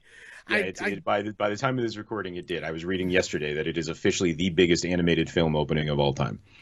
And that's, I mean, I wonder, because I was very surprised when we showed up to see the film, and there was a mother and son in front of us, like young kid and his mother, and they were not in the same theater as us. Because I'm like, well, what else is playing? And that's because they had added shows. So when we asked what was playing in that theater at the time, like one of our friends who worked at the movie theater, like, oh, we have Mario in there as well. We added more show times today. I'm just like, oh, okay, good. Because I think one of the reasons why they're able to do it is there was nothing for families to go watch in the theaters before the Super Mario Brothers movie came out. Like, the lamentation was, what are we going to go see with the kids? And that's why Zachary Levi comes out and goes, go see Shazam 2, right? It's better than John Wick 4. according to Zachary Levi, but okay. Yeah. Yeah. It's might be a little biased in that conversation. Right. But that was the thing, is that, like, and everyone's like, well, you can take your kids to go see Shazam. But then, like, the rebuttal was, yeah, but it's not really a family movie, and it's still a little bit more violent than what I want to expose my kid to. And then I just think of that scene in Shazam the First, where that poor woman is just killed for no reason. Yeah, no, I mean, the opening fucking scene for Mark Strong's character there when he's the kid in the car. Yeah. Not Mark Strong playing the kid in the car, but the character being. Imagine. Well, It's Mark Strong's head on it. Daddy. Mama, Daddy. Oh god, that fucking movie is. Oh my god, that movie upsets me. I don't even. It's anyway. super upsetting. But like for everybody who's like, "Oh, you're taking me to go see that?" Like this is the first time that parents can take their kids to the movie. And a lot of the questions I got, because I was able to see Mario on opening day, was, "Do you think my X-year-old will be able to sit through it?" And I'm like, the movie is 90 minutes long. It is freaking nothing. If your kid is not even good at the movies, the film is just so quick and engaging. I don't think that they'd be looking elsewhere. There's only one scene in this movie that even I legitimately was like, "Holy shit, this is dark." And there is one moment in this movie when the woods are first shown. But even beyond that, like, it was so much fun. It made me want more of that. Like, I kind of wish we had seen more of that kind of stuff in this, but also made me very excited for the potential of other stuff. Yeah, I think that's what this is. This movie is all sizzle reel, and it shows you a bunch of things that get you excited for what could come and what could happen next. I think that's the only thing that really keeps it from being one of the kind of the tops for me in terms of animated film, is that it really does have a pacing issue. It is so nervous that you're not on board, that it just keeps moving, hoping that like you never let go, like you just don't have time to think about it. And like, no guys, I really enjoy myself in this world. Like give me 10 more minutes of this movie. Give me a couple of more beats in this scene to like just kind of like live this. But like that's okay. Like that's like, if that's the one thing I can say about this movie, like then I that still makes it one of the most fun times I've had at the theater in a while. I mean, I came out of this movie just smiling. Yeah, I choose to look at it as a speed run. That whoever was playing the Super Mario Brothers movie was a speed runner and wanted to roll credits as fast as possible. Yeah, and as a speed runner, that jived with me. Like, no, we don't need to do this. We can just jump to, there's all these pipes you got to do. No. We just take this pipe and we're at the top. Well, and that's the other thing that like is kind of counter to what I'm saying. But that idea that this movie also doesn't feel the need to pander to film like what's the word I'm looking for? Like tropes, right? Like it doesn't feel like there's definitely tropey shit that happens in it. But in terms of like when, Mario says, I have to save my brother, and they're just like, I don't know, like we don't know who you are because you're new to this world. Like there is just that moment where they're just like, okay. And you're just like, oh, really? Because in other movies, like it would be like a huge like 20-minute thing of him trying to prove himself to these people, but these people just seem just on board with it. And like, that's okay. That can also happen. So like, I don't know where I would want that pacing to really kind of like to beef itself up, because like there's also this movie earns every turn of its story. It's not like it's not that like shit happens and you're just like, well, this comes from nowhere. Like, no, they've set up pretty much all of this stuff being able to happen. So I don't know where I would want more of this movie to exist. It just feels like, man, I just wish I had a breath at some point. You want more of this movie to exist in sequels. There are mysteries that I want answers to. There are origins for characters I want answers to. There's just a bunch of stuff that is wonderful in this film, but in true sizzle reel style, it is all to get you excited for the next thing to come from this franchise. And I agree, like that's a weird thing to do, but also I was really happy that they weren't like the plumbers of legend. Like, as cool as that was supposed to be in the 93 movie, let's get rid of that. We don't need that, right? There was no prophecy, and I was really nervous based on the like trailers that there was a prophecy that the red and green one could stop Bowser's plans. No, but to that point, like it's not that they are completely just accepted immediately, because you do also get a lot of subtle stuff in like the ways that the Toads are just always in awe of just the existence of Mario, right? Which we get a little bit of backstory on how Peach ended up there, and it makes sense that they would just be kind of like, oh, okay, because we learn the ways in which they just, you know, adopted Peach into their society. So like I said, this movie definitely earns every bit of its story. It's just that I just wish that there were a couple of moments where I kind of could like get a second to get on board, right? Do that on the second viewing, right? This movie is genetically engineered, and not the way that like a Disney movie is or anything like that. It is engineered to make you want to watch it again multiple times, yeah, and to make you want to see what's coming next. It's cool. It feels like a video game the way that I like. This is the type of video game that I would be like, yes, please, let's play again. Yeah. I mean, it, you know, essentially, like, it is just an ad for more shit, right? But you know, I think that this is something that we've always very, very open about, is like everything's an ad for more shit, but especially in the world of, world of kids entertainment, right? Like look back at some of our favorite shit, Transformers, He-Man, all of G.I. Joe, like Teenage Mutant Ninja Turtles, like all of this shit were just ads to just sell you the toys. So like we're aware of that. And like as a guy that is sitting here like lusting after the Mario Brothers plumbing van that was available at Target for a while, that like I want one even more now after seeing the movie, right? And like this movie is an ad for more shit. But in that, like, again, I sat in that theater and watched this ad for an hour and a half and smiled the entire time. So, you know, it is what it is. Even if I got no more shit after watching the movie in itself was an enjoyable enough experience. Yeah. And I don't think, like, Transformers the movie, the original one, the 1986 one, it's so cynical in the way that it's trying to sell you all of the new characters. Like, by literally killing Optimus Prime and Megatron and introducing new characters in their stead. Like that's or like, by Michael Bay saying the next one's a Beast Wars movie. Yeah, exactly. It's like there's a cynicism that is not present yet in the Mario thing, and I don't know if it's because I am just in love with Nintendo as a company and what's on display, or it's the fact that they're like, we're just going to tell this fun story. Oh yeah, sure, we're definitely fanboying right now. Like so, you know, take this all with a grain of salt, but also just keep in mind that like if you're in the same boat as us, like then you're A, not alone, and B, will enjoy this film. Like yeah, I you know, also, I have never been adamantly like against the evils of advertising at me at all. You know, any chance you get. Like it's just, as I've always said about any situation, as long as all parties involved understand what they are getting involved in. So like I might feel differently about this movie if I had a kid, but I don't. So I don't.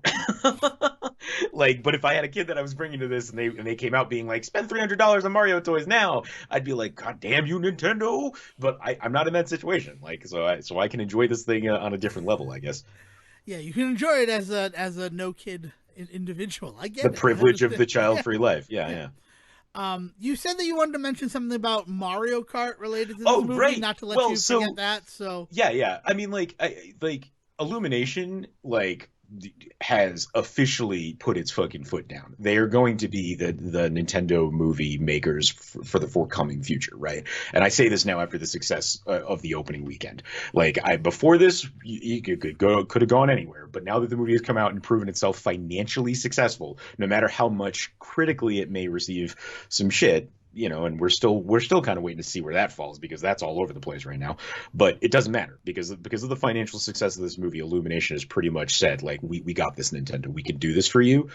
I realized, and this entirely comes from the opening production slide for Illumination, that like we completely kind of wrote off the idea when we were talking about kart predictions for the new Mario Kart DLC that we could see some like stuff like a minion in Mario Kart as That one of the options. that is what I said when that happened. I'm like, oh my god, Minion is one of the new characters. Is the Well, DLC? and in that vein, I am remiss for not mentioning we might see a rabbit Uh, with with the Mario Rap, the success of those two games, True. Oh, I don't want that to happen, but or you're not Rayman, wrong. but why? What would be wrong with a rabbit? Ubisoft. For me, it would be the Ubisoft of it all. That's it. That's the only thing. But Yeah, the I good, cannot reiterate again, time and time and time again, that this company that Ubisoft bought and then relabeled Ubisoft Montreal is not the same Ubisoft in Europe that got caught with all of their I with their know. fucking pants down. No, I do it, but So it's just But the money still goes to that company in Europe.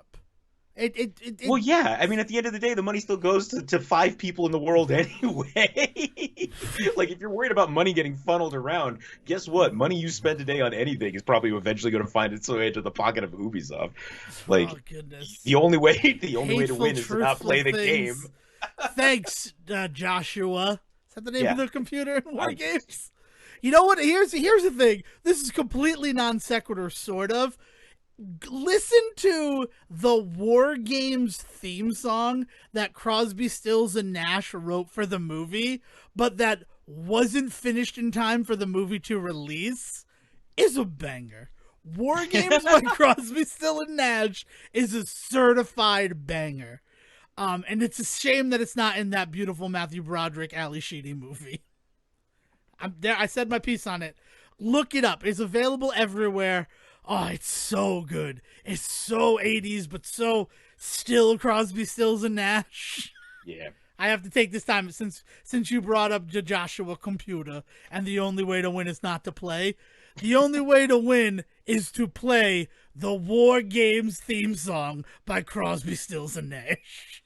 So my prediction would definitely be Rabbit Peach, is all I will say. Is I bet that I am willing to put money down that it would be a rabbit, and I think that if they were gonna have to only be one, because I don't think that they introduce a bunch of them, unless maybe it was like I think it'd be other, like Birdo or Shy Guy or Yoshi. there's so many different personality changes that you can't do that. Like, all Shy Guys are Shy Guys, all Birdos are Birdos. If you look at the ways in which they behave, the taunts that they have and things like that, they're all the same character. That's not, unless it was a blanket rabbit, in which case there wouldn't be choices for other characters. But I think if they were going to bring a rabbit in, they would probably bring in one from the Mario games, from the Mario Rabbit games. And I think if they were going to do that, it would be one specific one. And it probably Rabbit Peach. But Rabbit Peach and Rabbit Yoshi are not the same character. Are not the same character as Rabbit Mario. Are not the same character. And I understand that. Yeah. I think that they here's the other thing about Nintendo. I know that it's not a palette swap, but in terms of driving in the car, I'm afraid that they would say it's the same thing to them, because Trevor Belmont and Simon Belmont are not the same character, but they are just palette swaps of each other in Smash Brothers.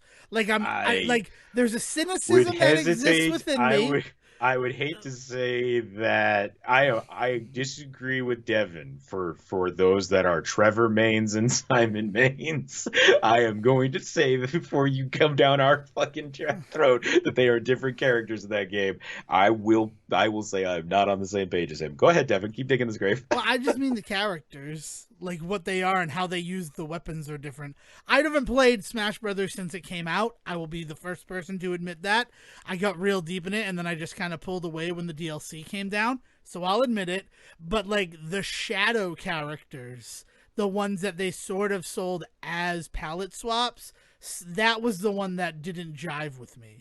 So if you're telling me that's not the case, that's awesome. But I would have never thought that Star Wolf and Star Fox are the same character, and they have the same basic move set. No, yeah. I mean, like in the ways in which the characterizations, and this is a weird thing to kind of talk about in Mario Kart because it's not like we get a lot of like quote unquote FaceTime with these characters. But one of the beauties of that game is the subtlety in which it can really shine, despite it, being this thing where like you're spending 3 minutes going around this track real fast, right? Like the ways in which this game succeeds, and the reason why Mario Kart as a franchise is what it still is because of the ability to really put like some really fascinating character work into a game that, there's a reason why people will prefer to play as Peach as opposed to Mario, as opposed to Luigi, as opposed to Bowser, right? Like, and it's not just weight and stuff. Like, and in that regard, like, if they were to put the rabbits up and just put a rabbit in a car, sure, yeah, and then they could do some palette swap fun stuff with like costumes and things like that, sure, because they've had hundreds of games that they could pull fun stuff from. But if they were going to lean into the Nintendo aspect, which I don't know why they wouldn't, make more sense, I agree. Then they would have to focus on the Nintendo based rabbit characters, and in that case, they're not palette swappable. That would be like saying Mario and Luigi could be a palette swap in this game. No, they couldn't. No, because they've grown. Right. They've grown characterization. Exactly, and so like in the two games that they have had these characters in, no, they are not the same character. Like who they like the ways in which they behave, they would not be palette swaps. I understand where you're coming from. I think because it's DLC, just 6 years after the fact, that might be something that they would do. And while I understand that it would alienate fans, Nintendo has alienated fans in the past, Sejohn. Not with this Mario Kart stuff. Like I would point. They understand that it's bread and butter. That's a good point. Well, not just that. Like what they have already done with the Mario Kart stuff has already been. I mean, all of the far and away the best DLC stuff that they have ever done with a Nintendo game has been what they have done with Mario Kart right now. It's true. And all the Koopalings are unique characters, and they have that shine through. So it would be disappointing to see them go that route with it. But also, we didn't get characters for the first 3 DLCs. They could have been putting together. It just is one spot, but each of them has their own sort of unique thing. Well, we'll have to wait and see. I can understand the rabbit of it all. Just in terms of we so this comes from the idea that we had talked about this before, and we talked about the idea of one or two of these characters might have to be outside of the Mario cast, right? And who would that be? And we mentioned stuff like Diddy Kong. I keep holding out for Captain Falcon because we do have an F-Zero track, right? Like that just seems like such an obvious one for me. And in that regard, like I would not be surprised if we see them reach out to other franchises. And right now, the 2 franchises that they have their fingers in are with Ubisoft and the Rabbids, and with Illumination and the Minions. And like those are such easy gets in terms of like fan servicey silly shit. Like if they brought in Rabbid Peach, that would be such a fun like kind of referential thing, and honestly could work the other way. And I could see a lot of people being like, oh, this is such a silly thing, let me go see the games that they're from. True. I get it. It works as synergization of between the 2 products. It's interesting. I don't know. I would have a better leaning towards them being in a Mario Kart 9 if that were ever to happen. The way that you're describing I mean, I still think we're looking at more Mario characters showing up, right? Like, I want Funky Kong. I honestly, after watching this movie, I wouldn't be surprised if movie Mario were a palette swap of Mario. Maybe. Yeah. Like I could see that being an option that they put into it. And that would go in with maybe they add a minion too. They did that whole, one of the other big April Fool's jokes was we're adding the movie cast lines to our old games online. Like that was Nintendo's April Fool's joke. And it didn't land for me. I'll be completely honest with you. I don't even get it. Yeah, right. It's watch the video. They were proud of it. They got like their guys on it. But then thinking, it's like, but I could see the Mario movie like version of Mario driving a cart, especially with carts being in the marketing and then how they're utilized in the film. Yeah. So, but based on that, I would have never been excited to see Cranky Kong as a character. I would love if Cranky Kong were a character. Especially with that bike that he has in this one with the lowrider that he's on. I want some more kart options. not just character options after watching this movie. And what it really feels like is that there'll probably be a Mario Kart 9 coming down that incorporates a lot more of what we saw here. If that I hope makes that any means more sense. Kongs, Diddy Yeah. Kong and Dixie Kong and stuff. Yeah, And not the big one, the Chunky Kong. Chunky. Yep. Yeah. No, Lanky. Did you? Oh, I think Lanky must have been somewhere in the background. They got so many Kongs in the I didn't background. notice Lanky anywhere. And that's he's Maybe in this universe, Lanky has passed on. oh no. And He is a Wrinkly's god to the alive. Kong people now.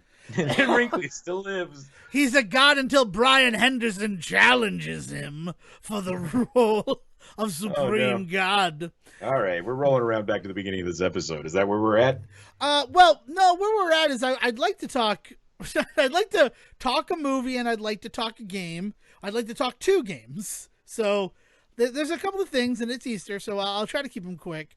80 for Brady is the movie that came out this year. Lily Tomlin, Jane Fonda, Rita Moreno, and Sally Field, who Book Club 1.5, right? not yeah. not Book Club 1.5 because I think there's only one actor between the Book Club series. Like, it's not Candice Bergen and Diane Keaton and all. No, of this that. is the Rosencrantz and Guildenstern of the Book Club universe. I know It is. I mean, Tom Brady's a producer on it. It is 100% a football fairy tale. It's a blast. It came to Paramount Plus, so I didn't have to pay to watch it. But after we saw Super Mario Brothers, we watched 80 for Brady at home with the family because it meant that we were all home earlier in the day, and it's a blast. If you have the opportunity to watch 80 for Brady and you like football, you don't necessarily have to be a Pats fan, though it helps, because the Super Bowl they go to is the one against the Atlanta Falcons. So, like, in addition to the fact that it's a real fun movie about, like, fandom and football and all of that, the Super Bowl they're at is it's probably the greatest Patriots Super Bowl. And that's fucking saying something when you consider all 6 of the ones that they were a part of. I don't know, man. It's, well, no, they were a part of a lot more than 6, but you know what I'm saying. The 6 that they won.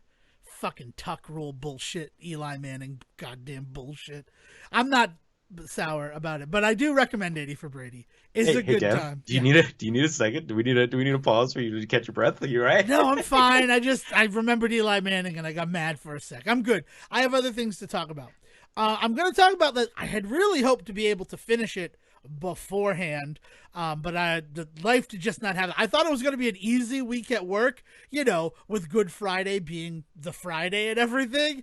But no, it was one of the busiest weeks I've had in a while. It felt kind of nice to, like, have things to do at work again.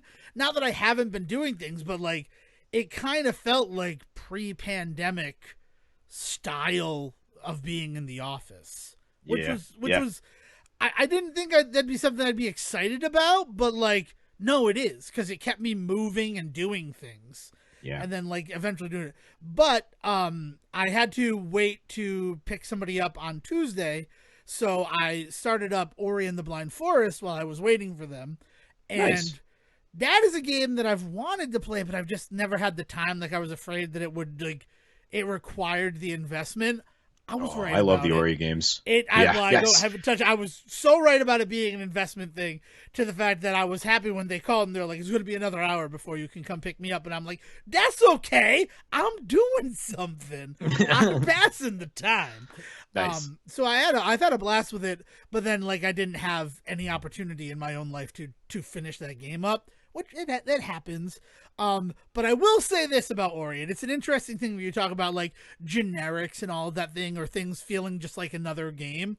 Ori implements a very cool mechanic that I have seen used in countless games since, and it's the Y move. I don't exactly know what it is, but maybe charge jump is what it's called. I don't know. Yeah. Where you hit the button and you can aim at certain, like, torches and things, and then use them to, like, get more height or momentum, which is cool. It's a very cool mechanic. You can parry off of environmental stuff in order to extend your jump and things like that. Yeah. It's this really cool thing, and it's utilized very much like we are the first people to come up with this idea, and we have very unique use cases as a result of that. I mean, you could do it in Prince of Persia, but and like there's definitely tons of games that came like years before that use that mechanic.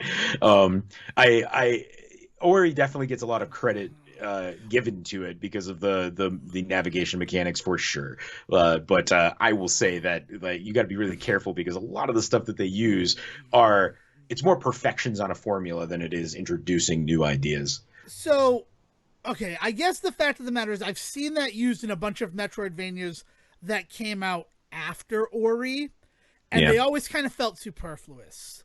And I didn't love that feeling. Like, I think specifically about Ritual of the Night. Ritual of the Night has a move like that where you pause and Marion aims and that's how you move forward. But then the item that you get after it kind of renders it unnecessary to use it anymore. Like you get like the gravity boot style jump from something like Symphony of the Night. So then like, well, you don't need to do that anymore. And there's not like there's like specific use cases for it. So then playing Ori and using it, I'm like, oh, this feels like the thing that brought this mechanic to Metroidvanias. Like they very much had an idea for it. And I'm thinking specifically of the puzzle in the tree where you need to parry off of things, and by doing that, it changes the direction of the projectile, and you need to use that to get it into like a certain sort of pipeline to open a door for you. Sure. Yeah, like I said, they perfect whatever formulas existed to the point where like they become the reference point for that stuff. Yeah. Like the ways in which the inventive ways in which they use that stuff for more than just like, hey, bounce up this wall and shit like that, right? Like that is phenomenal, and that's why they get all this credit, right? But like I said, they're a lot of the navigation mechanics that they're utilizing are evolutions of things that have been in that game. They're taking such a big leap and succeeding with them that's where I think the credit is due. Right. Well, I mean, I had never played the game, so I wasn't aware of them, and it honestly feels like, in my scope of Metroidvanias, and I know that it's just my thing, that it was probably the first Metroidvania to use that. Like, specifically the 2D sort of platformer to use that style. Like Prince of Persia, you're talking about the 3D games, right? From Ubisoft to be an asshole, like I mean, you don't do the that ones in that were Prince on of like Persia Xbox 1 or and stuff, 2, right? like Sands of Time and stuff like that. Like you use a lot of like bounce off of this, parry off of that in order to extend your jump type stuff and things. So like Sands of Time and that series. I mean, I'm specifically talking about the one where like you can only aim at the certain things or projectiles, hit the Y button, and then you get the arrow to choose your direction of your jump. Like it doesn't. Yeah, I like getting different. so the right. So parrying off of an environmental object to extend your jump always been a thing. Being able to choose the direction in which you do that is something that I think you could attribute to them as really honing that skill. Yeah, because I mean, like bouncing off of stuff. Mario bounces off of Goombas and he can get more height and extend his jump and things like that. So like that's clearly a thing. It is the reticle coming up and telling you where you can aim off of this bit of environment that specifically I was thinking about. I mean, yeah, but that just makes me think of like the barrels that you can get in Donkey Kong that allow you to do that and stuff like that too. Well, I mean, those are barrel courses. Yeah. You don't get to choose where to go. No, there are certain ones, especially when you get to Donkey Kong 64, where you can aim, or you at least have the option of shooting. In the original Donkey Kong 2D versions, like there are 9 directional barrels and things like that where you can choose how you're shot out. Right. It's like I say, like you're talking about the evolution of navigational mechanics that have existed, and we have to be really careful in saying like, wow, they invented this thing, when it's like, well, no, but they definitely perfected that thing. Yes. Well, I guess it's what it feels like all the games I've played after it were chasing. Like that's what I'm like, oh, this game, this was a core design mechanic of the game. And then people seem to like it, so all these other games that were being developed alongside it, or like around the same time as it, or in the wake of it, they decided we're going to do that too. Yeah. we Yeah, I can mean, it add was a that. financially successful. I mean, Yeah. even before it came out, because wasn't it a Kickstarter game, Ori and the Blind Forest? I think Wasn't it one so. of those? It's a weird one where like it was a game that was, and then Microsoft bought it, so that's why like you can only play the definitive edition, which has the Microsoft stuff now.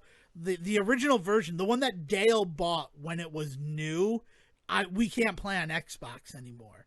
It's Yeah. been removed from the Xbox essentially, which Hmm. is strange because like she bought it for Xbox One and it was one of the games that she had on Xbox One, and the fact that like the whole Xbox thing is that we're backwards compatible Yeah. to.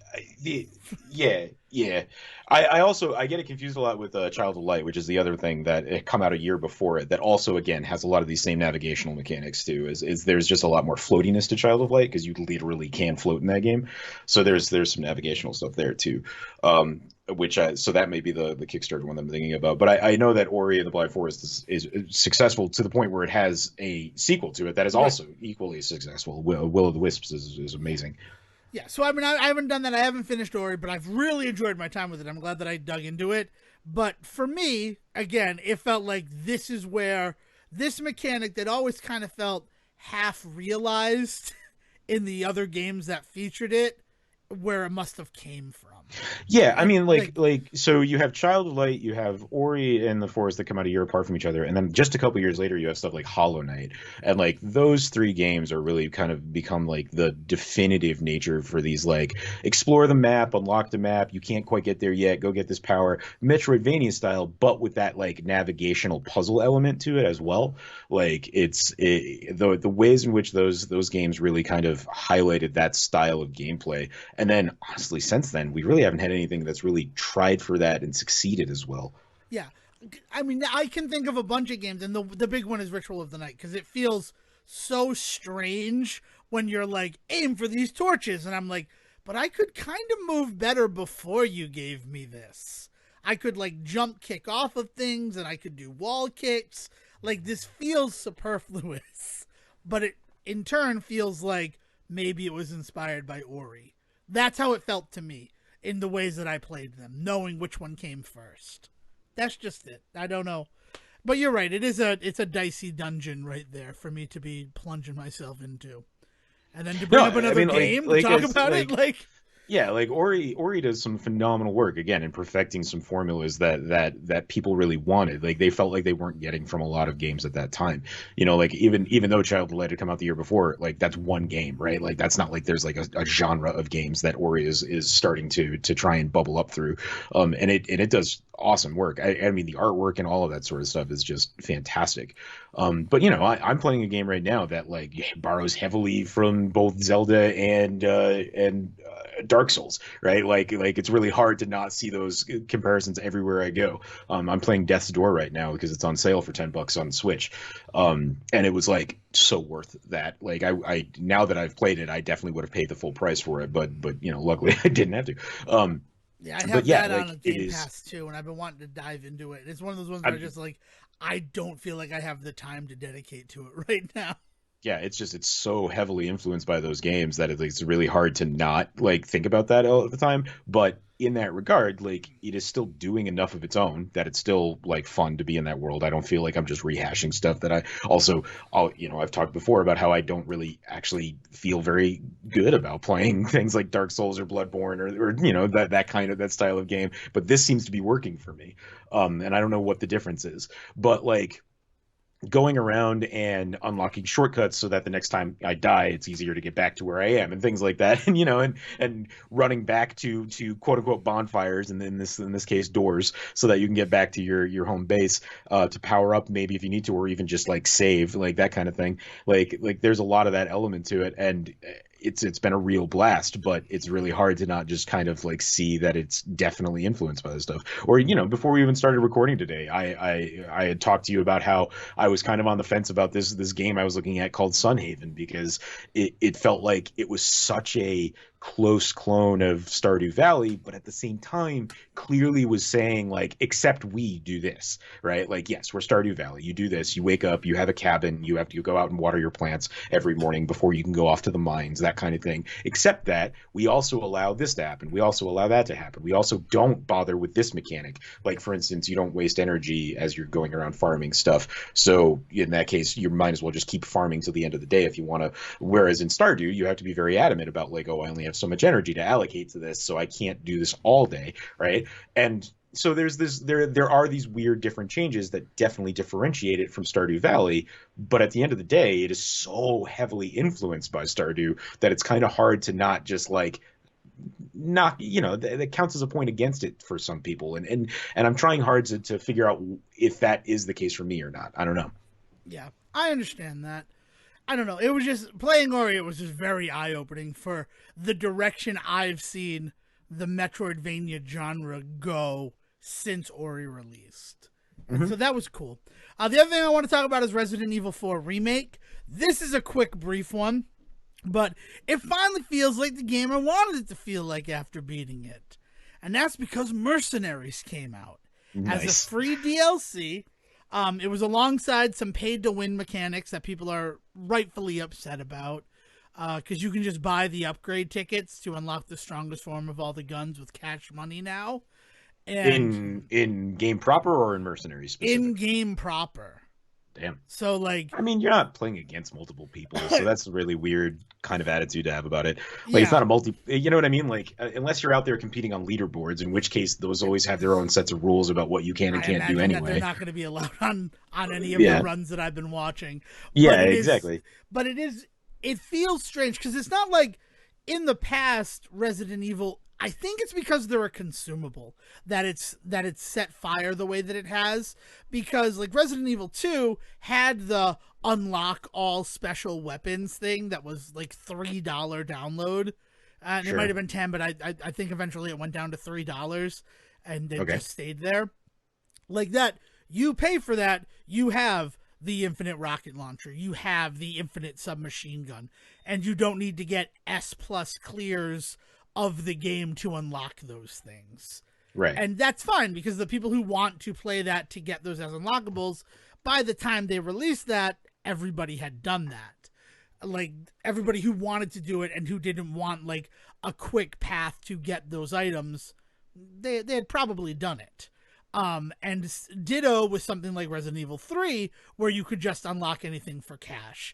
But this one, you buy the upgrade tickets for cash money, and they're used up. So unless you're using like a New Game Plus to play every time, when you use up those 5 that you have, if you buy the 5-pack, or even one that you pay, like I think it's $7 a ticket, if you're doing a new game and you want to do that for one of the guns, you'd have to spend the money again. But then, wait, so it's used up. How does it? What does used up mean? Like, what's the limit on it? Like, you finish the game, and then if you play through New Game Plus, you suddenly don't have the thing you paid to unlock? No, you still have it if you New Game Plus it, but if you New Game, it's not like you get those tickets again. It's a consumable item.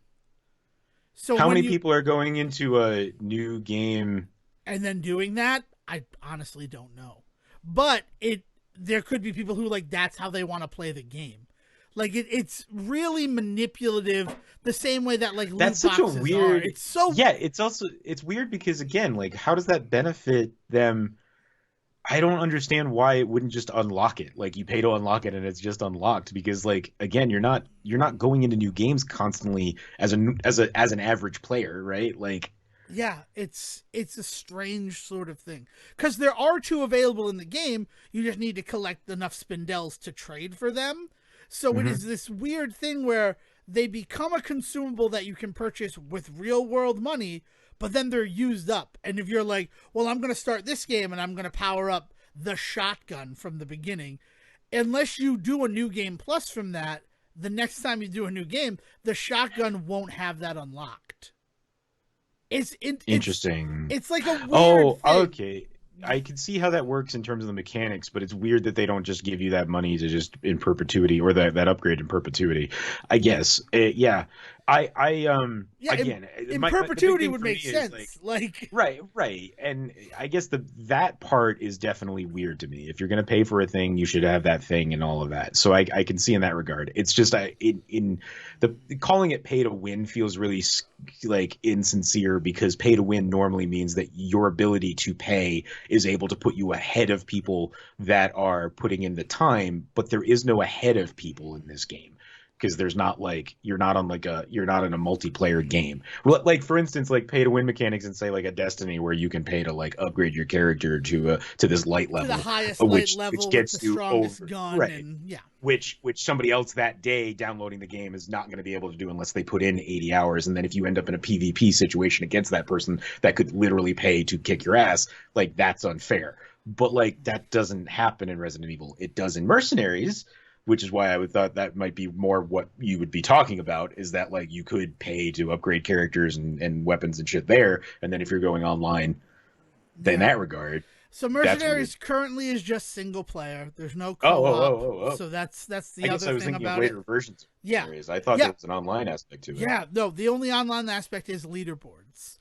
And so far with Mercenaries, you have just your loadout from the beginning, and you're good from there. But the reason why I wanted to talk about Mercenaries, right, before we got into the loot box thing of it, that is a reasonable conversation around it, because it is one of those things where the game is rated the way that it's rated. So if you look at the game and you're like, oh, there's no sort of like, there's nothing that could bankrupt my family if I buy this for my child. And then 2 weeks after release, they add it, and there's nothing that says they need to, you know, be transparent about that mechanic being added to the game. Right? Think about kids, right? Like kids and young people are the type of people who would be like, ooh, I want the strong shotgun this time through. And then, you know, they have their parents' credit card information somehow. Yeah. I don't. Yeah. No, I mean, there's a lot of people in that story that are responsible for taking care to make sure that doesn't happen. But yes, for sure, the company creating the game is definitely one of the people responsible for that. Right. They got to shoulder some responsibility. But yes, for sure. So the hand cannon was originally only a reward for beating the professional mode with an S+ rating. So that's under 5 hours and 30 minutes with only 15 saves. That's how you had to do it to unlock the hand cannon.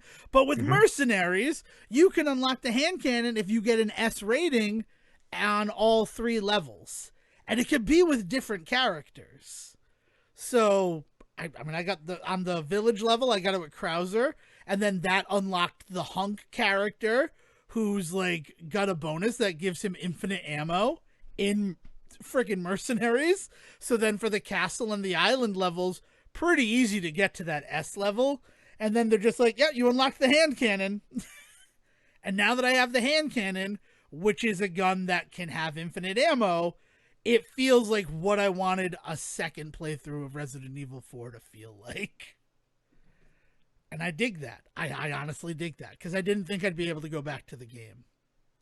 Yeah, no, I mean I'm glad that something came along. I mean, like they've done really well with this package once again. Like I continue to be impressed by the way that they've handled these RE updates.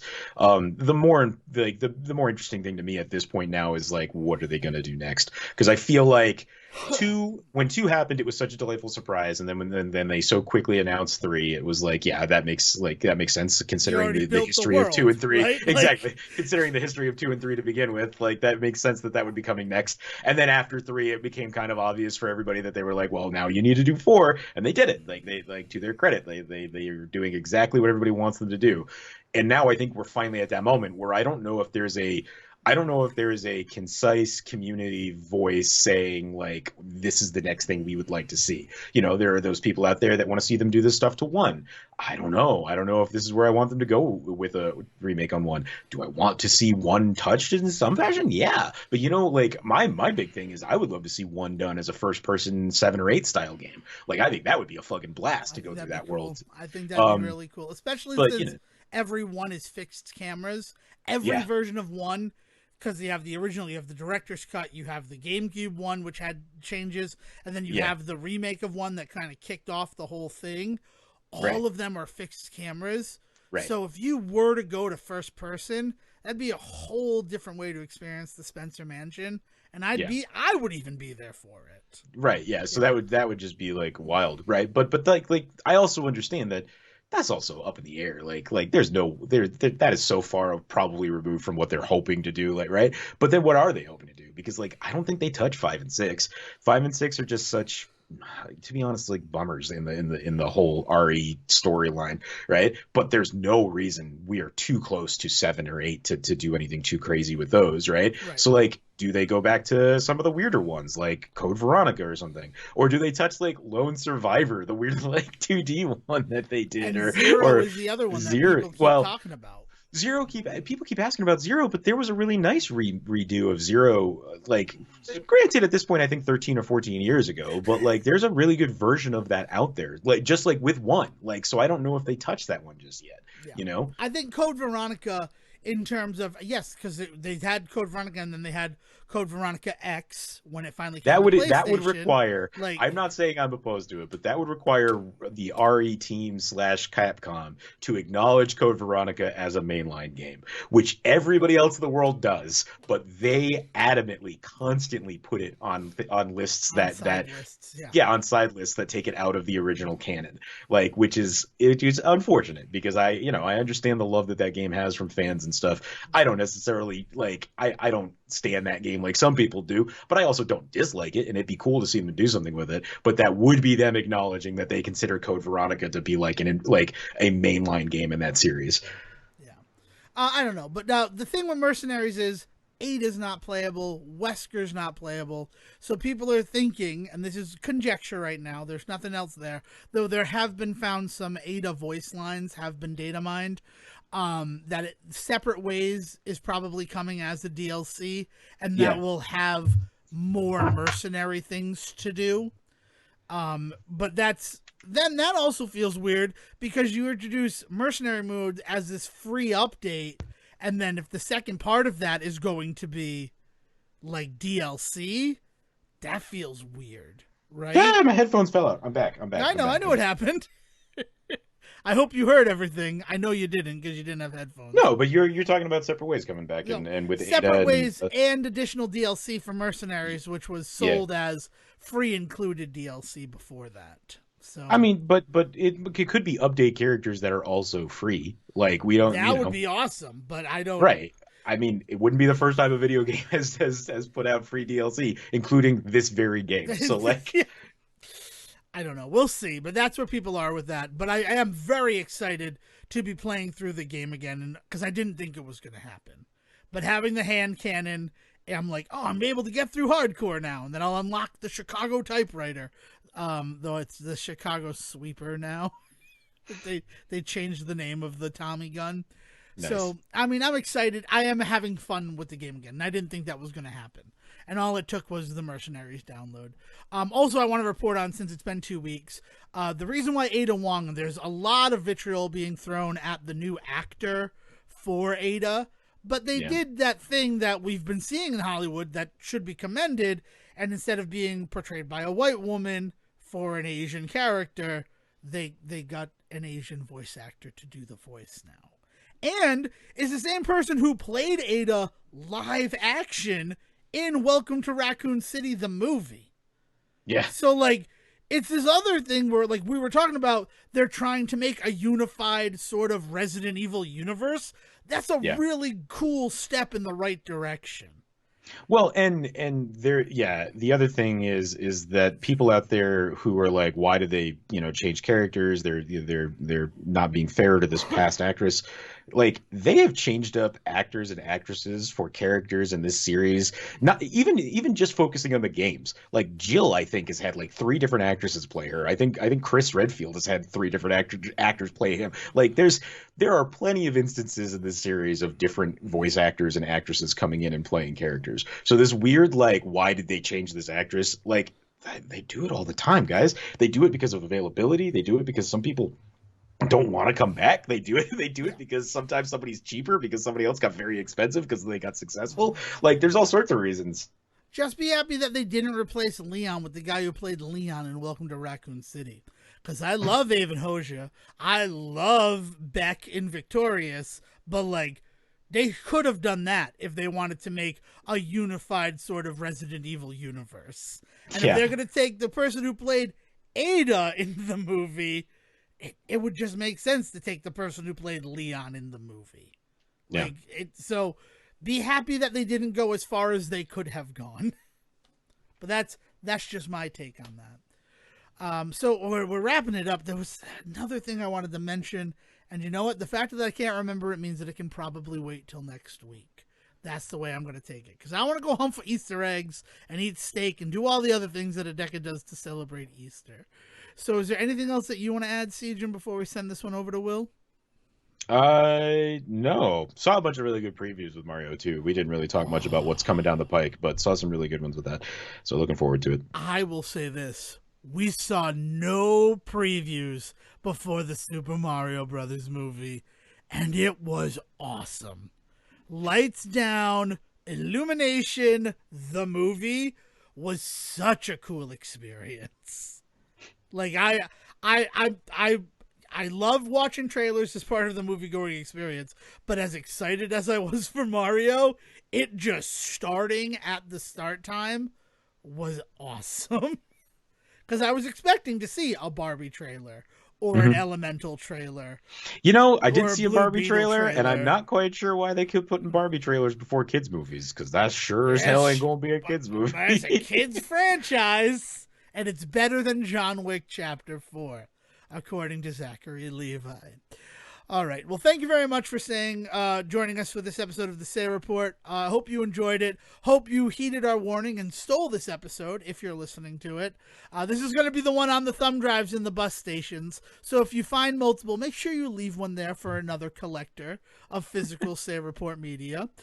I'm going to say this. We're probably going to look at Mario movie again next week, brief, just because we've seen a bunch of movies do really good in their opening week and then peter out in week 2. I don't think it's going to happen. I feel like when you make all of your money back, at that point, it's okay if you peter out in week 2, but we'll talk. Answer the Call made all of their money back, and then when there was no retention, that's when they canceled the That's sequel. not the only reason they canceled the sequel, Devin. I know there was that also it's a not the contingency only of people online that were also adamantly destroying that movie.